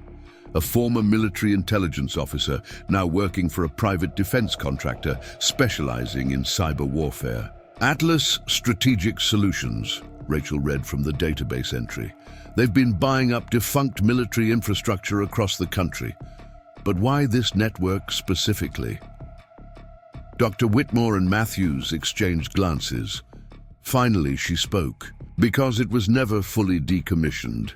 The physical lines were maintained, upgraded over decades. It's a completely separate communication grid, invisible to modern monitoring systems, perfect for anyone who wants to move data without oversight. And my phone buzzed. Another encrypted message. Last warning. What you've found has implications for national security. Walk away, or the next team won't be as gentle as Palmer's. I showed the message to the assembled agents. They're escalating, but why threaten me now? The federal investigation is already underway. Because of what else is hidden in those tunnels, a gravelly voice announced. We turned to see an elderly man approaching, supported by a cane. His ID badge designated him as retired General James Morrison. The communication lines were just the surface layer. There's something much more valuable buried underneath. The general manipulated my touchscreen with surprising dexterity, overlaying historical maps with current scans. In 1964, as part of Operation Deep Shield, certain strategic resources were cached in hardened facilities across the country. Most were retrieved when the operation ended, but some sites were intentionally left active, maintained in secret. Kevin's drones suddenly picked up new movement, multiple vehicles approaching from different directions. Not law enforcement or military, private security contractors, heavily armed. They're making their play, Torres said, already coordinating with her tactical team. Whatever's down there, they want it badly enough to risk a confrontation. With federal agents, Rachel was rapidly documenting everything. This changes the legal landscape completely. If there are classified installations involved, the law is irrelevant to these people, General Morrison interrupted. They're after something specific, something they think is worth any risk to acquire. The security contractors had established a perimeter around the construction site, their equipment far more sophisticated than what Palmer's team had used. One of my sensors detected an electromagnetic pulse. They were trying to disable our surveillance. Primary systems hardened against EMP, I reported, switching to backup feeds. But they're not just trying to blind us. Look at these energy readings. The sensors showed massive power draws near the unauthorized utility installations. Dr. Whitmore studied the data, her expression grave. They're trying to power up the old access points, force their way into the underground facilities. A deep vibration ran through the ground, subtle but unmistakable. Warning alerts flashed across. My screens, something beneath the surface was activating, systems dormant for decades, coming back online. Full containment protocol. General Morrison barked into his radio. Lock down all access points. Authorization code Sierra 9 Delta. But the private contractors were prepared. Their equipment, far more advanced than we'd anticipated, was already interfacing with the underground systems. Through the drone feeds, we could see power signatures spreading like a web beneath the surface. They're not just accessing the communication grid, Dr. Whitmore realized. They're trying to locate the cache, the resources stored down there. In today's market, they'd be worth billions. The tension was broken by the arrival of Jennifer Brooks, who had somehow slipped through the security perimeter. Mr. Anderson, care to comment on reports that classified military installations have been discovered beneath your property? Before anyone could respond, a new threat emerged. The thermal cameras showed multiple teams approaching through the woods, using professional tactical movements. These weren't the same contractors we'd been watching. This was a different group entirely. Chinese Ministry of State Security, Matthews identified grimly. They've been trying to access these facilities for years. Must have had surveillance on the contractors, waiting for them to make their move. The situation was spiraling out of control. Multiple agencies, private contractors, and now foreign operatives, all converging on my property. And somewhere, beneath our feet, long-buried secrets were stirring to life. We need to seal those access points, General Morrison insisted. If they gain entry to the underground facilities... A massive power surge interrupted him. Emergency alerts flashed across all my screens. Whatever was buried beneath my land, it was fully activating now, decades-old systems responding to forgotten protocols. Rachel grabbed my arm. Mike, legally speaking, you need to make a decision right now.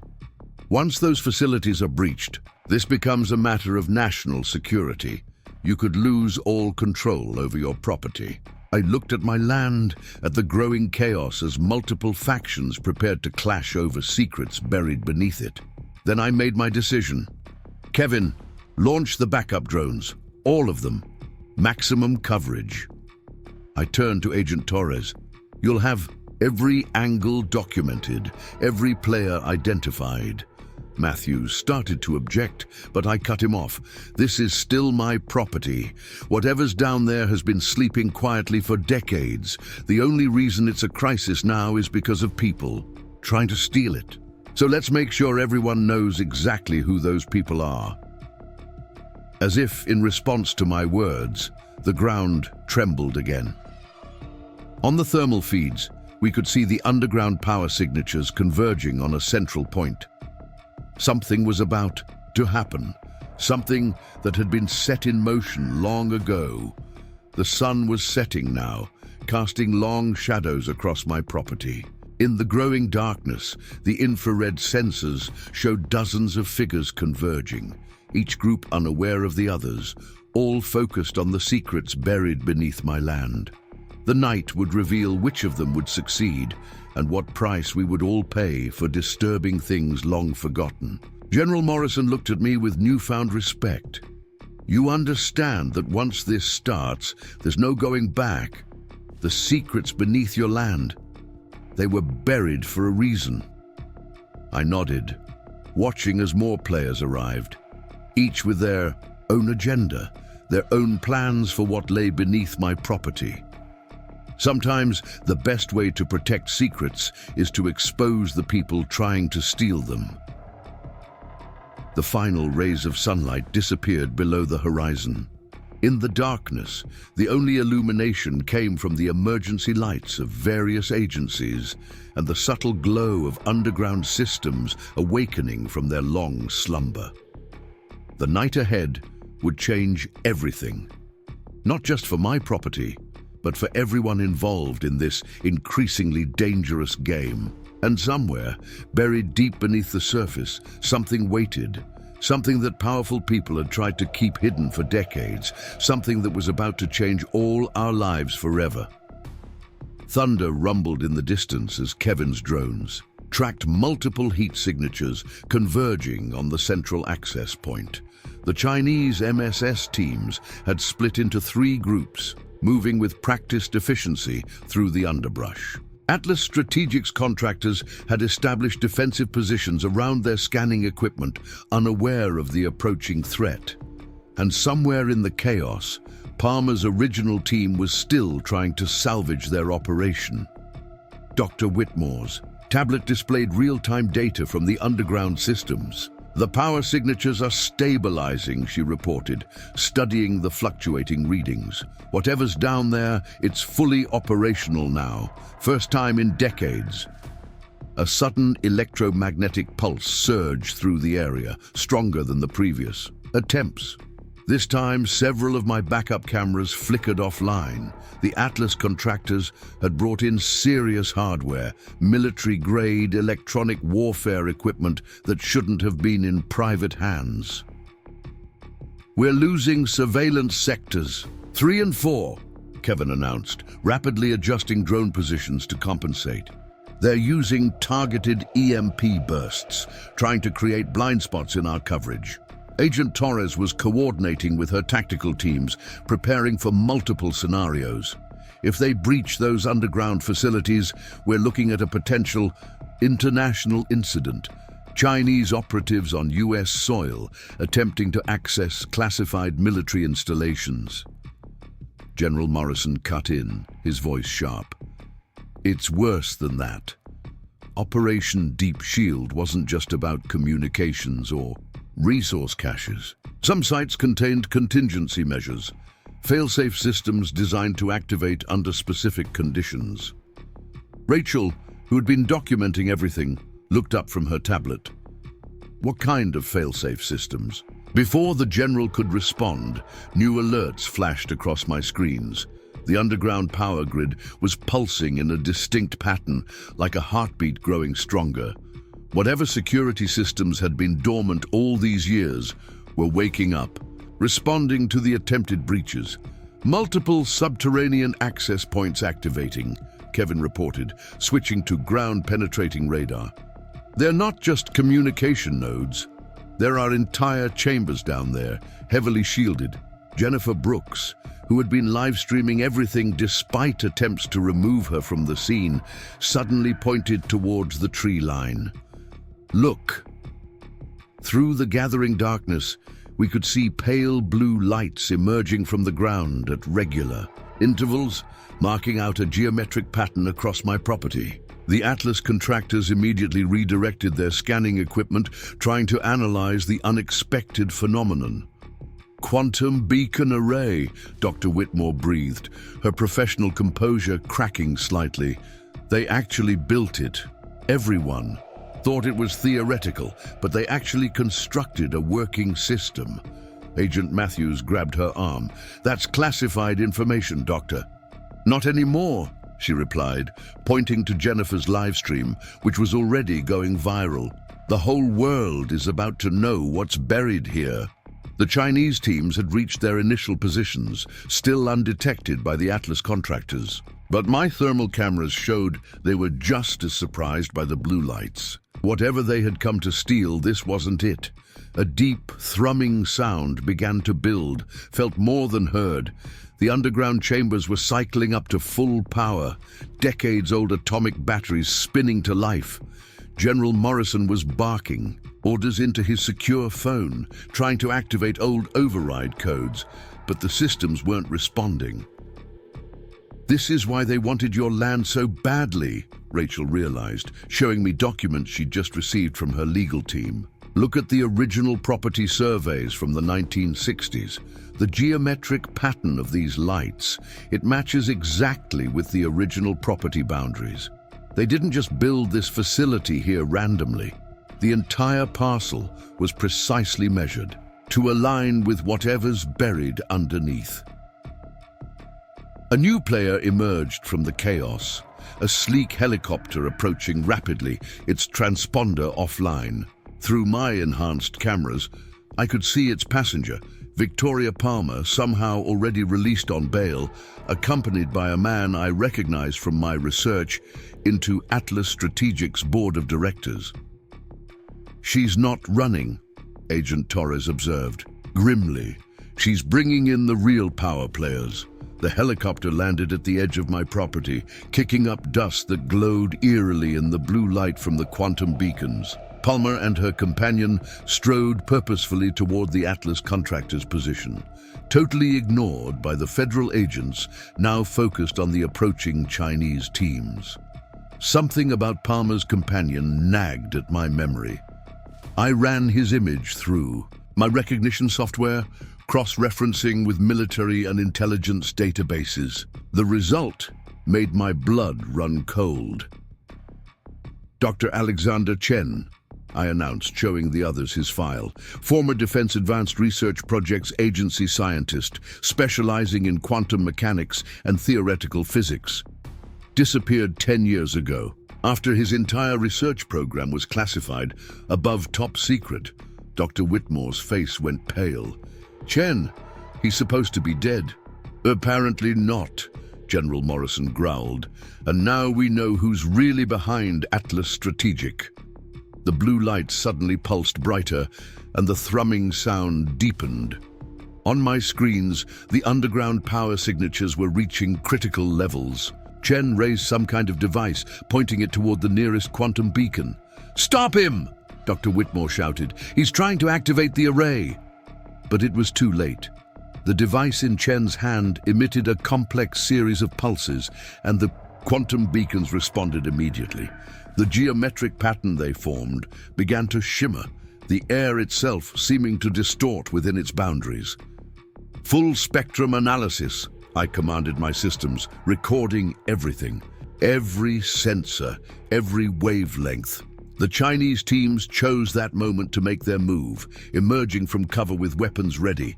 The Atlas contractors responded instantly, their own firearms appearing.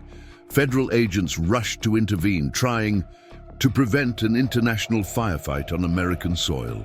Through it all, Chen remained focused on his device, making minute adjustments as the quantum array continued to power up.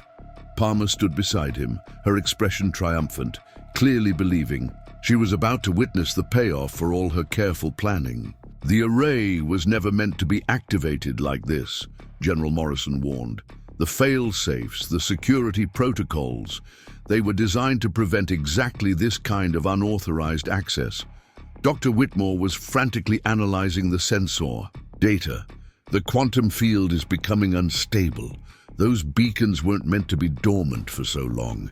If they overload, a massive power surge ripped through my property's electrical grid, destroying several backup generators.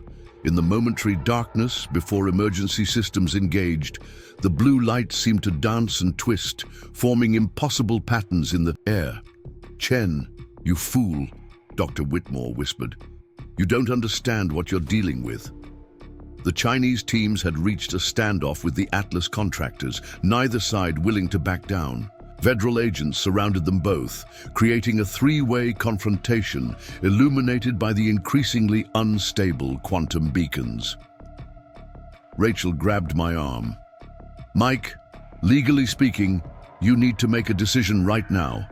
Once that array fully activates, there's no telling what might happen to your property." I studied my sensor readings, noting how the power signatures were building toward some kind of crescendo. Chen's device was drawing more energy from the underground systems, pushing them far beyond their designed limits. The quantum beacons were now pulsing in a complex rhythm, their light creating interference patterns that shouldn't have been possible in normal space-time. "Kevin!" I called out. "Launch the final drone package." He nodded grimly, understanding what I meant. While everyone else had been focused on the ground-based confrontation, we had prepared one last surprise. A new set of drones lifted off, carrying specialized equipment of my own design. "What are you doing?" Agent Matthews demanded. "Fighting fire with fire," I replied, activating the drone's primary systems. Those quantum beacons respond to specific frequencies. Chen's device is transmitting a code sequence he thinks will give him control. But after studying the power signatures all day, I think I've figured out the original shutdown protocol. Dr. Whitmore's eyes widened. "That's impossible. Those codes were never declassified." "No," I agreed, "but the beacons themselves broadcast their base frequency. Everything else is just mathematical progression. Basic quantum mechanics once. You understand the pattern?" My drones moved into position, forming their own geometric pattern above the property. Each one carried a specialized transmitter designed to interact with quantum-scale phenomena. It was a desperate gamble, but with Chen's device pushing the array toward overload, we were out of options. "Initiating shutdown sequence," I announced, activating the drone network. The transmitters powered up, broadcasting a precisely calibrated series of signals designed to interact with the quantum beacons. Chen looked up from his device, finally noticing the drones. His eyes widened in recognition and fear. He knew exactly what I was attempting. The confrontation below forgotten, everyone watched as two competing signals battled for control of the quantum array. Chen's device pushed for activation while my drones transmitted the shutdown sequence. The blue lights flickered and pulsed, caught between opposing commands. "If you're wrong about those frequencies," General Morrison warned, "you could trigger a quantum cascade. The entire array could collapse into..." A blinding flash cut him off as one of the quantum beacons overloaded, its light briefly rivaling the sun. When our vision cleared, we could see the geometric pattern starting to break down. One by one, the beacons were responding to my shutdown sequence. "No!" Chen shouted, frantically adjusting his device. "Do you have any idea what you're stopping?" "The potential of this technology is too dangerous to be controlled by private interests," I finished for him. Whatever Operation Deep Shield was really about, it wasn't meant for this. The quantum beacons dimmed further, their complex interference patterns fading. The underground power signatures began to stabilize, returning to their dormant state. Chen's device sparked and died, overwhelmed by the competing signals. In the sudden relative darkness, the federal agents moved quickly. Chen was taken into custody, along with Palmer and the Atlas contractors. The Chinese teams, realizing their mission was compromised, surrendered without further resistance. As the chaos subsided, Dr. Whitmore approached me. "How did you really figure out those shutdown codes?" I smiled slightly. "Engineering principle. Number one, every system has a resonant frequency. Find it, and you can either reinforce it or cancel it out. I just had to let the beacons themselves show me which they preferred." The quantum array was fully dormant now, the underground chambers powering down to their previous state. Whatever secrets lay buried beneath my property would remain hidden, at least for now.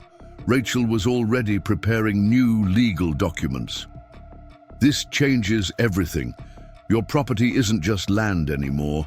It's a classified installation. They'll want to take it from you, cite national security concerns." "Let them try," I replied, watching as federal agents continued securing the scene. Sometimes the best way to protect something isn't to hide it, but to bring it into the light. Make sure too many people are watching for anyone to try taking it by force. The night had revealed decades-old secrets, but it had also shown that no amount of power or money could overcome the simple right of a property owner to defend what was theirs. The quantum array might sleep again, but its brief awakening had changed everything, not just for my land, but for everyone who thought they could take what wasn't theirs through force or deception. Morning fog shrouded my property as teams of government scientists carefully documented every inch of ground where the quantum beacons had emerged. Their instruments picked up residual energy signatures that defied conventional physics, while deep underground, the ancient atomic batteries continued their slow return to dormancy. Agent Torres supervised the operation from a makeshift command center, coordinating with multiple agencies now deeply interested in what lay beneath my land.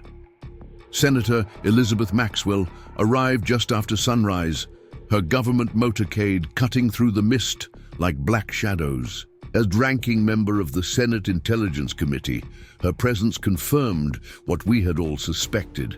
This went far beyond local property disputes or even corporate espionage. "Mr. Anderson," she greeted me, her tone carefully neutral. "The quantum array's activation has caused quite a stir in certain circles. People who haven't thought about Operation Deep Shield in decades are suddenly very interested in your property." Rachel materialized at my side, legal documents already in hand. "My client's property rights remain intact, Senator. The presence of classified installations doesn't negate constitutional protections. The senator smiled thinly. Of course not, but surely you understand the national security implications. What Dr. Chen almost accomplished here.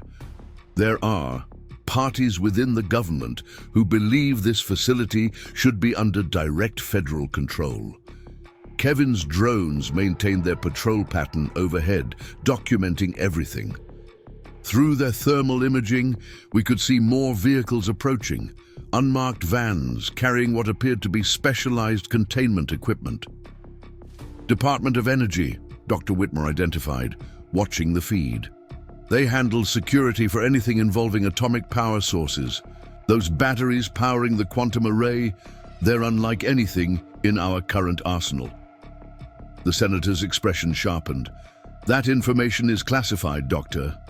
Not anymore, General Morrison interjected, approaching our group. Not after what happened here. The Chinese know about it now, so do a dozen other intelligence agencies who monitored last night's incident. The only question is, who controls the facility going forward? A new alert flashed across my tablets. Movement in the underground chambers. The power signatures were fluctuating again, but in a different pattern than before. Dr. Whitmore studied the readings with growing concern. The array is recalibrating, she announced. Chen's activation attempt may have triggered automated protocols we didn't even know existed. The senator quickly made a phone call, speaking in hushed tones. When she turned back to us, her composed facade had cracked slightly. The Joint Chiefs are convening an emergency session. There are contingencies in place for this scenario. Linda Peterson arrived then, carrying a thick folder of HOA documents. Despite everything that had happened, she was still piecing together the paper trail that had led to this moment. "You need to see this," she said, handing me a yellowed survey, map from 1962. The original property boundaries weren't just aligned with the quantum array, they were designed to create a specific geometric pattern when combined with other parcels in the area. Rachel examined the map closely. These property lines, they're not random subdivisions, they're part of a larger design. The ground trembled slightly as another power surge passed through the underground facilities. The Department of Energy teams were rushing to set up their equipment, trying to monitor whatever was happening beneath the surface. "It's not just this installation," General Morrison said grimly. "Deep shield facilities were built across the country, each one precisely placed. The quantum arrays were never meant to function independently." The implications hit me hard. They're networked, connected somehow through quantum entanglement. Chen wasn't trying to activate just this array. He was attempting to trigger the entire system. Senator Maxwell's phone buzzed urgently. She read the message, her face paling slightly. "We're tracking energy fluctuations at other deep shield sites. Whatever automated protocols were triggered here, they're spreading." Dr. Whitmore was already analyzing the new data. "The quantum entanglement is more stable than we thought possible. 60 years, and the link between sites hasn't degraded at all." A familiar black helicopter appeared on the horizon, Atlas Strategic's board of directors, arriving to deal with the fallout from Chen's arrest. But they weren't landing. Instead, the helicopter circled the property, electronic warfare equipment visible in its open door. "They're scanning," Kevin reported, watching through his drone feeds, "trying to map the quantum network's signature now that it's active." Agent Torres immediately ordered air support, but we all knew it would arrive too late. Atlas Strategic wasn't trying to take control anymore. They were gathering data, learning secrets that had been buried for decades. The senator made another call, this one tinged with real urgency. "Activate Protocol Omega, full containment. We can't let them track those signatures back to other sites." "Wait," I interrupted, studying my sensor readings. "The quantum network. It's not just connecting deep shield facilities. Look at these energy patterns. I showed them the analysis my systems had compiled. There are nodes everywhere, hidden in plain sight. Power stations, communication hubs, even old military bases that were supposedly decommissioned. A shadow. Infrastructure, General Morrison muttered, hidden beneath the entire country, waiting to be activated. Rachel was already drafting new legal documents. This changes the scope of our case completely. If these facilities are all connected, then every property owner above a node has the same rights we're defending here. The Atlas strategic helicopter banked sharply, having completed its scan. As it retreated, my systems captured a burst of encrypted data being transmitted from its electronic warfare suite. They had what they came for. They'll try to locate other nodes now, Dr. Whitmore warned. Use the quantum signatures to map the entire network. Senator Maxwell's next call was to the president directly. Whatever she heard made her stance shift immediately. Mr. Anderson, your cooperation in this matter would be greatly appreciated. The government is prepared to be generous.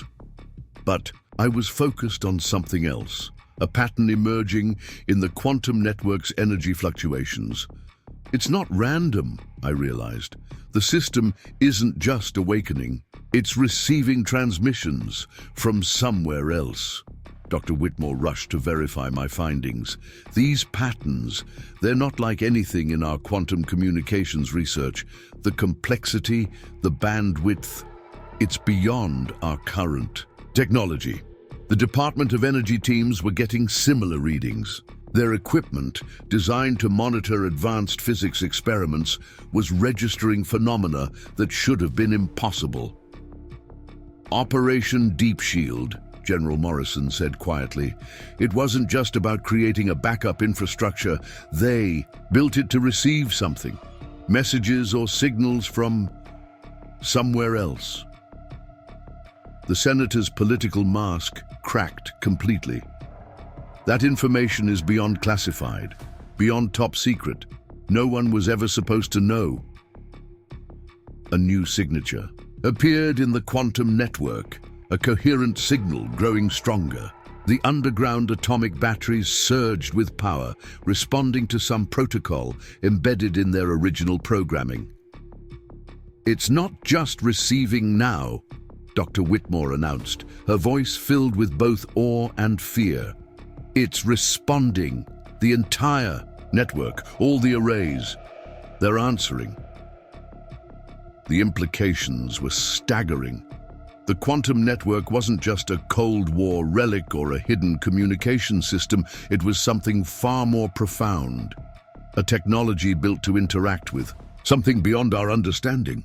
Rachel gripped my arm. Mike, whatever happens next, remember, this is still your property.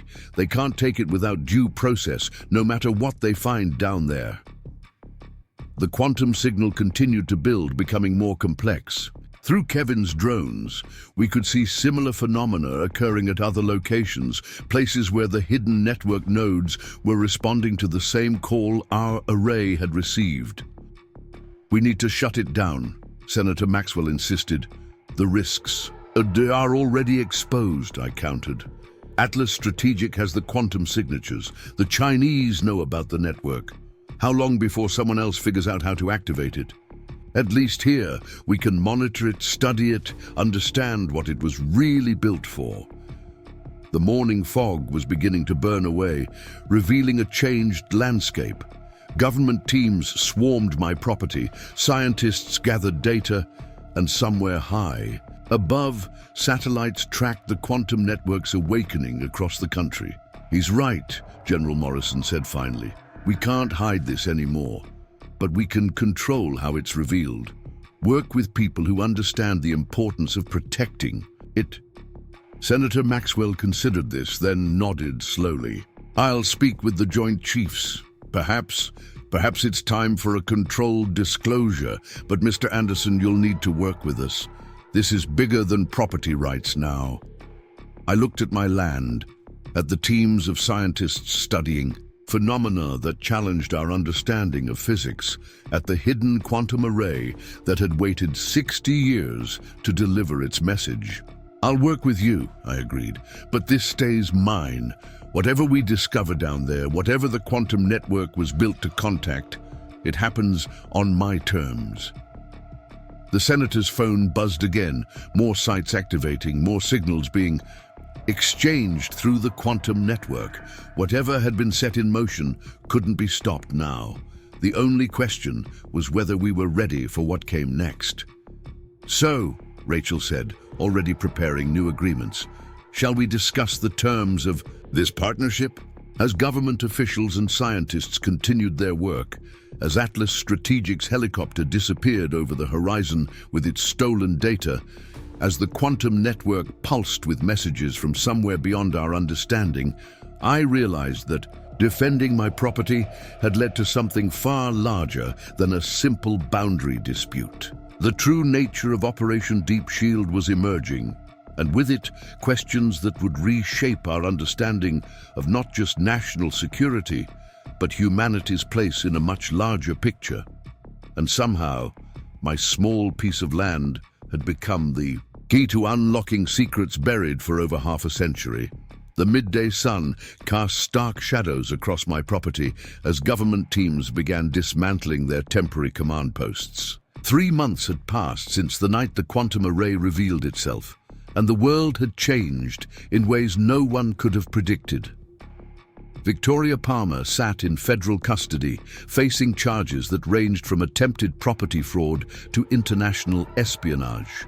Her carefully constructed network of shell companies and corrupt officials had crumbled, exposing similar schemes across the country. Dr. Whitmore approached me with her final report, her expression a mixture of exhaustion and wonder. The quantum network is fully stable now, she explained, showing me the latest readings. What started on your property has evolved into something far beyond what any of us imagined. The signals we're receiving, they're teaching us things that will advance human technology by centuries. The HOA that Palmer had once wielded like a weapon had been completely reorganized. Linda Peterson, now serving as interim president, had implemented strict new oversight measures.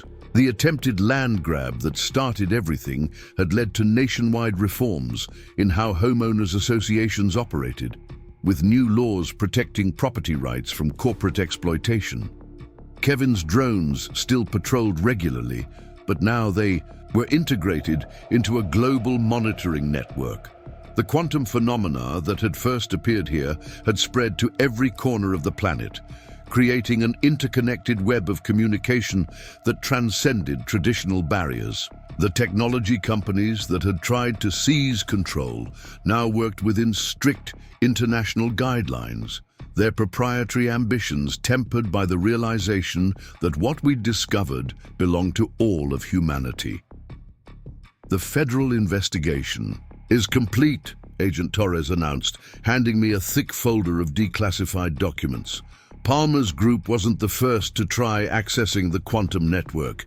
There were others going back decades, but they all failed because they tried to take by force what was meant to be discovered naturally. Rachel Chen, who had successfully defended my property rights through increasingly complex legal challenges, allowed herself a satisfied smile.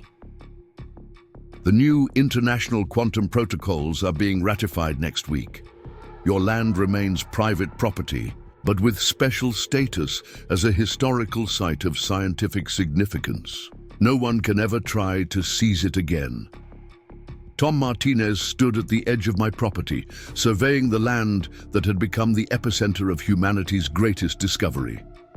The original boundary markers we'd fought so hard to protect now served a dual purpose, traditional property lines and nodes in the quantum network that was reshaping our understanding of reality. Hard to believe it all started with some missing property markers, he mused. If Palmer hadn't gotten greedy, if she'd respected property rights, the quantum network would have remained dormant, General Morrison finished, joining our conversation. Those old deep shield installations were designed to activate only when someone tried to subvert them through force. The attempts to steal your land triggered exactly the response the original designers intended. Dr. Chen, now cooperating with authorities from his own detention facility, had revealed the true scope of Atlas Strategic's ambitions. They hadn't just wanted my land, they'd identified similar properties around the world, all containing hidden quantum arrays. Their attempted global land grab had inadvertently activated a system that had waited patiently for decades. Senator Maxwell's final report to Congress laid out the full history of Operation Deep Shield. In the early 1960s, scientists from multiple nations had discovered quantum phenomena they couldn't explain. Rather than risk the technology being weaponized during the Cold War, they created a hidden network that would only reveal itself when humanity was ready, when we could prove we'd moved beyond taking by force what should be shared freely. The technological advances flowing from the quantum network had already transformed society. Clean energy breakthroughs, revolutionary medical treatments, innovations in transportation and communication, all emerging from the signals we were still learning to interpret. The ancient atomic batteries that powered the system had revealed new principles of physics that made traditional energy sources obsolete. Jennifer Brooks, whose initial coverage had helped expose the truth, had just won a Pulitzer for her reporting on the global implications of the discovery. Her latest article examined how property rights and scientific advancement had become unexpectedly intertwined, with my battle against Palmer serving as a catalyst for worldwide change. "The final charges have been filed," Rachel reported, reviewing updates on her tablet. "Palmer, Chen, and their associates are facing multiple life sentences. More importantly, their attempt to steal your land led to new international laws protecting property rights from corporate exploitation. No one else will have to fight the battle you did."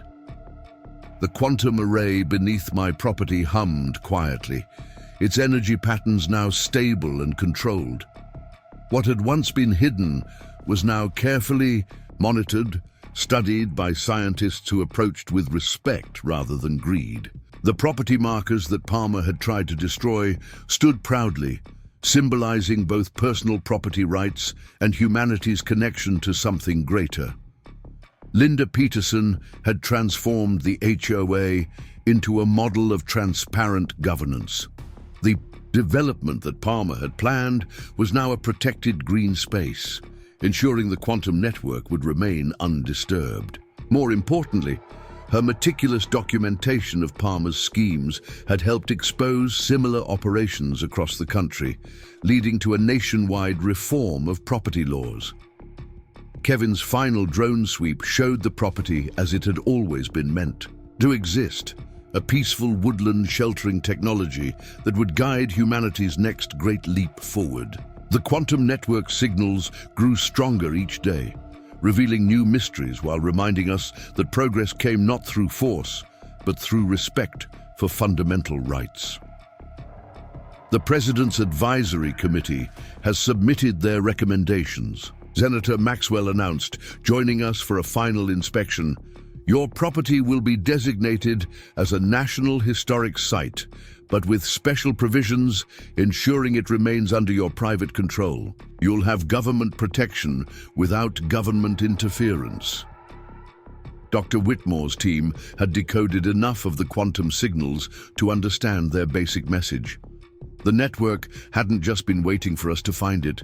It had been waiting for us to prove we were ready for it. The attempted theft of my land had become a test of humanity's development, a chance to show we could resist the temptation of force in favor of cooperation and mutual respect. The International Quantum Research Center being built nearby would draw scientists from around the world, all working together to understand the gifts the network was sharing. But it would be built on land freely offered, not taken through force or manipulation. Palmer's failure had taught the world a valuable lesson about the true path to progress. Tom pointed to where Palmer's construction crews had once tried to force their way onto my land. "You know, if they'd just asked permission, worked with property owners instead of trying to steal from them, they might have discovered all this. Anyway, that was the point, General Morrison replied. The whole system was designed to activate when we proved we could handle it responsibly. Your defense of your property rights wasn't just about land. It was about humanity, showing we'd learned to respect fundamental principles. Rachel had already begun working with international legal experts to establish new frameworks for managing similar discoveries. The quantum network had revealed that many other properties around the world held hidden wonders. But now there were protocols in place to ensure they would be studied with respect for both science and personal rights. The last of the government. Teams packed up their equipment, leaving behind only the essential monitoring stations we'd agreed upon. My property looked almost the same as it had before Palmer's attempted takeover, but now it held a deeper significance. The quantum array continued its patient work, sharing knowledge with a humanity that had finally proven worthy of receiving it. As the sun set on another day, I stood on my back deck, watching the quantum markers pulse softly in the gathering darkness. The property line Palmer had tried to steal now marked something far more significant: the boundary between humanity's past and its future, between force and cooperation, between taking and sharing. The drone footage that had first exposed Palmer's scheme had become part of history, studied by law students learning about property rights and scientists understanding how the quantum network chose to reveal itself. What started as a simple defense of my land had evolved into something that would guide humanity's development for generations to come. "Ready for the final inspection?" Rachel asked, preparing to submit the last documentation that would permanently protect both my property rights and the quantum array beneath. I nodded, looking out over the land that had been in my family for generations. Palmer and her associates had failed to understand a fundamental truth. Real progress couldn't be achieved through force or theft. The quantum network had waited until we learned that lesson, using their attempt to steal my land as the final test of humanity's readiness. The property markers stood proud and tall, now serving dual roles as boundaries of private land and connection. Points to humanity's greatest discovery. They were a reminder that sometimes the strongest defense of property rights could lead to something far more profound, a chance to prove we'd grown beyond taking what wasn't freely given. As night fell and the quantum array pulsed beneath my feet, I understood that this ending was really just a beginning. Palmer's failed attempt to steal my land had opened a door that would never close, revealing possibilities that would transform human civilization. But more importantly, it had shown that standing firm against those who would take by force could sometimes lead to discoveries beyond imagination. The markers that started it all still defined my property lines, but now they marked something greater. The spot where humanity proved it was ready to receive gifts that had waited patiently for us to learn the simple lesson that progress comes not through force, but through respect for fundamental rights. As I headed inside, leaving the quantum network to its quiet work, I knew that some boundaries were meant to be protected, not because of what they kept out, but because of what they helped us become. Up next, you've got two more standout stories right on your screen. If this one hit the mark, you won't want to pass these up. Just click and check them out.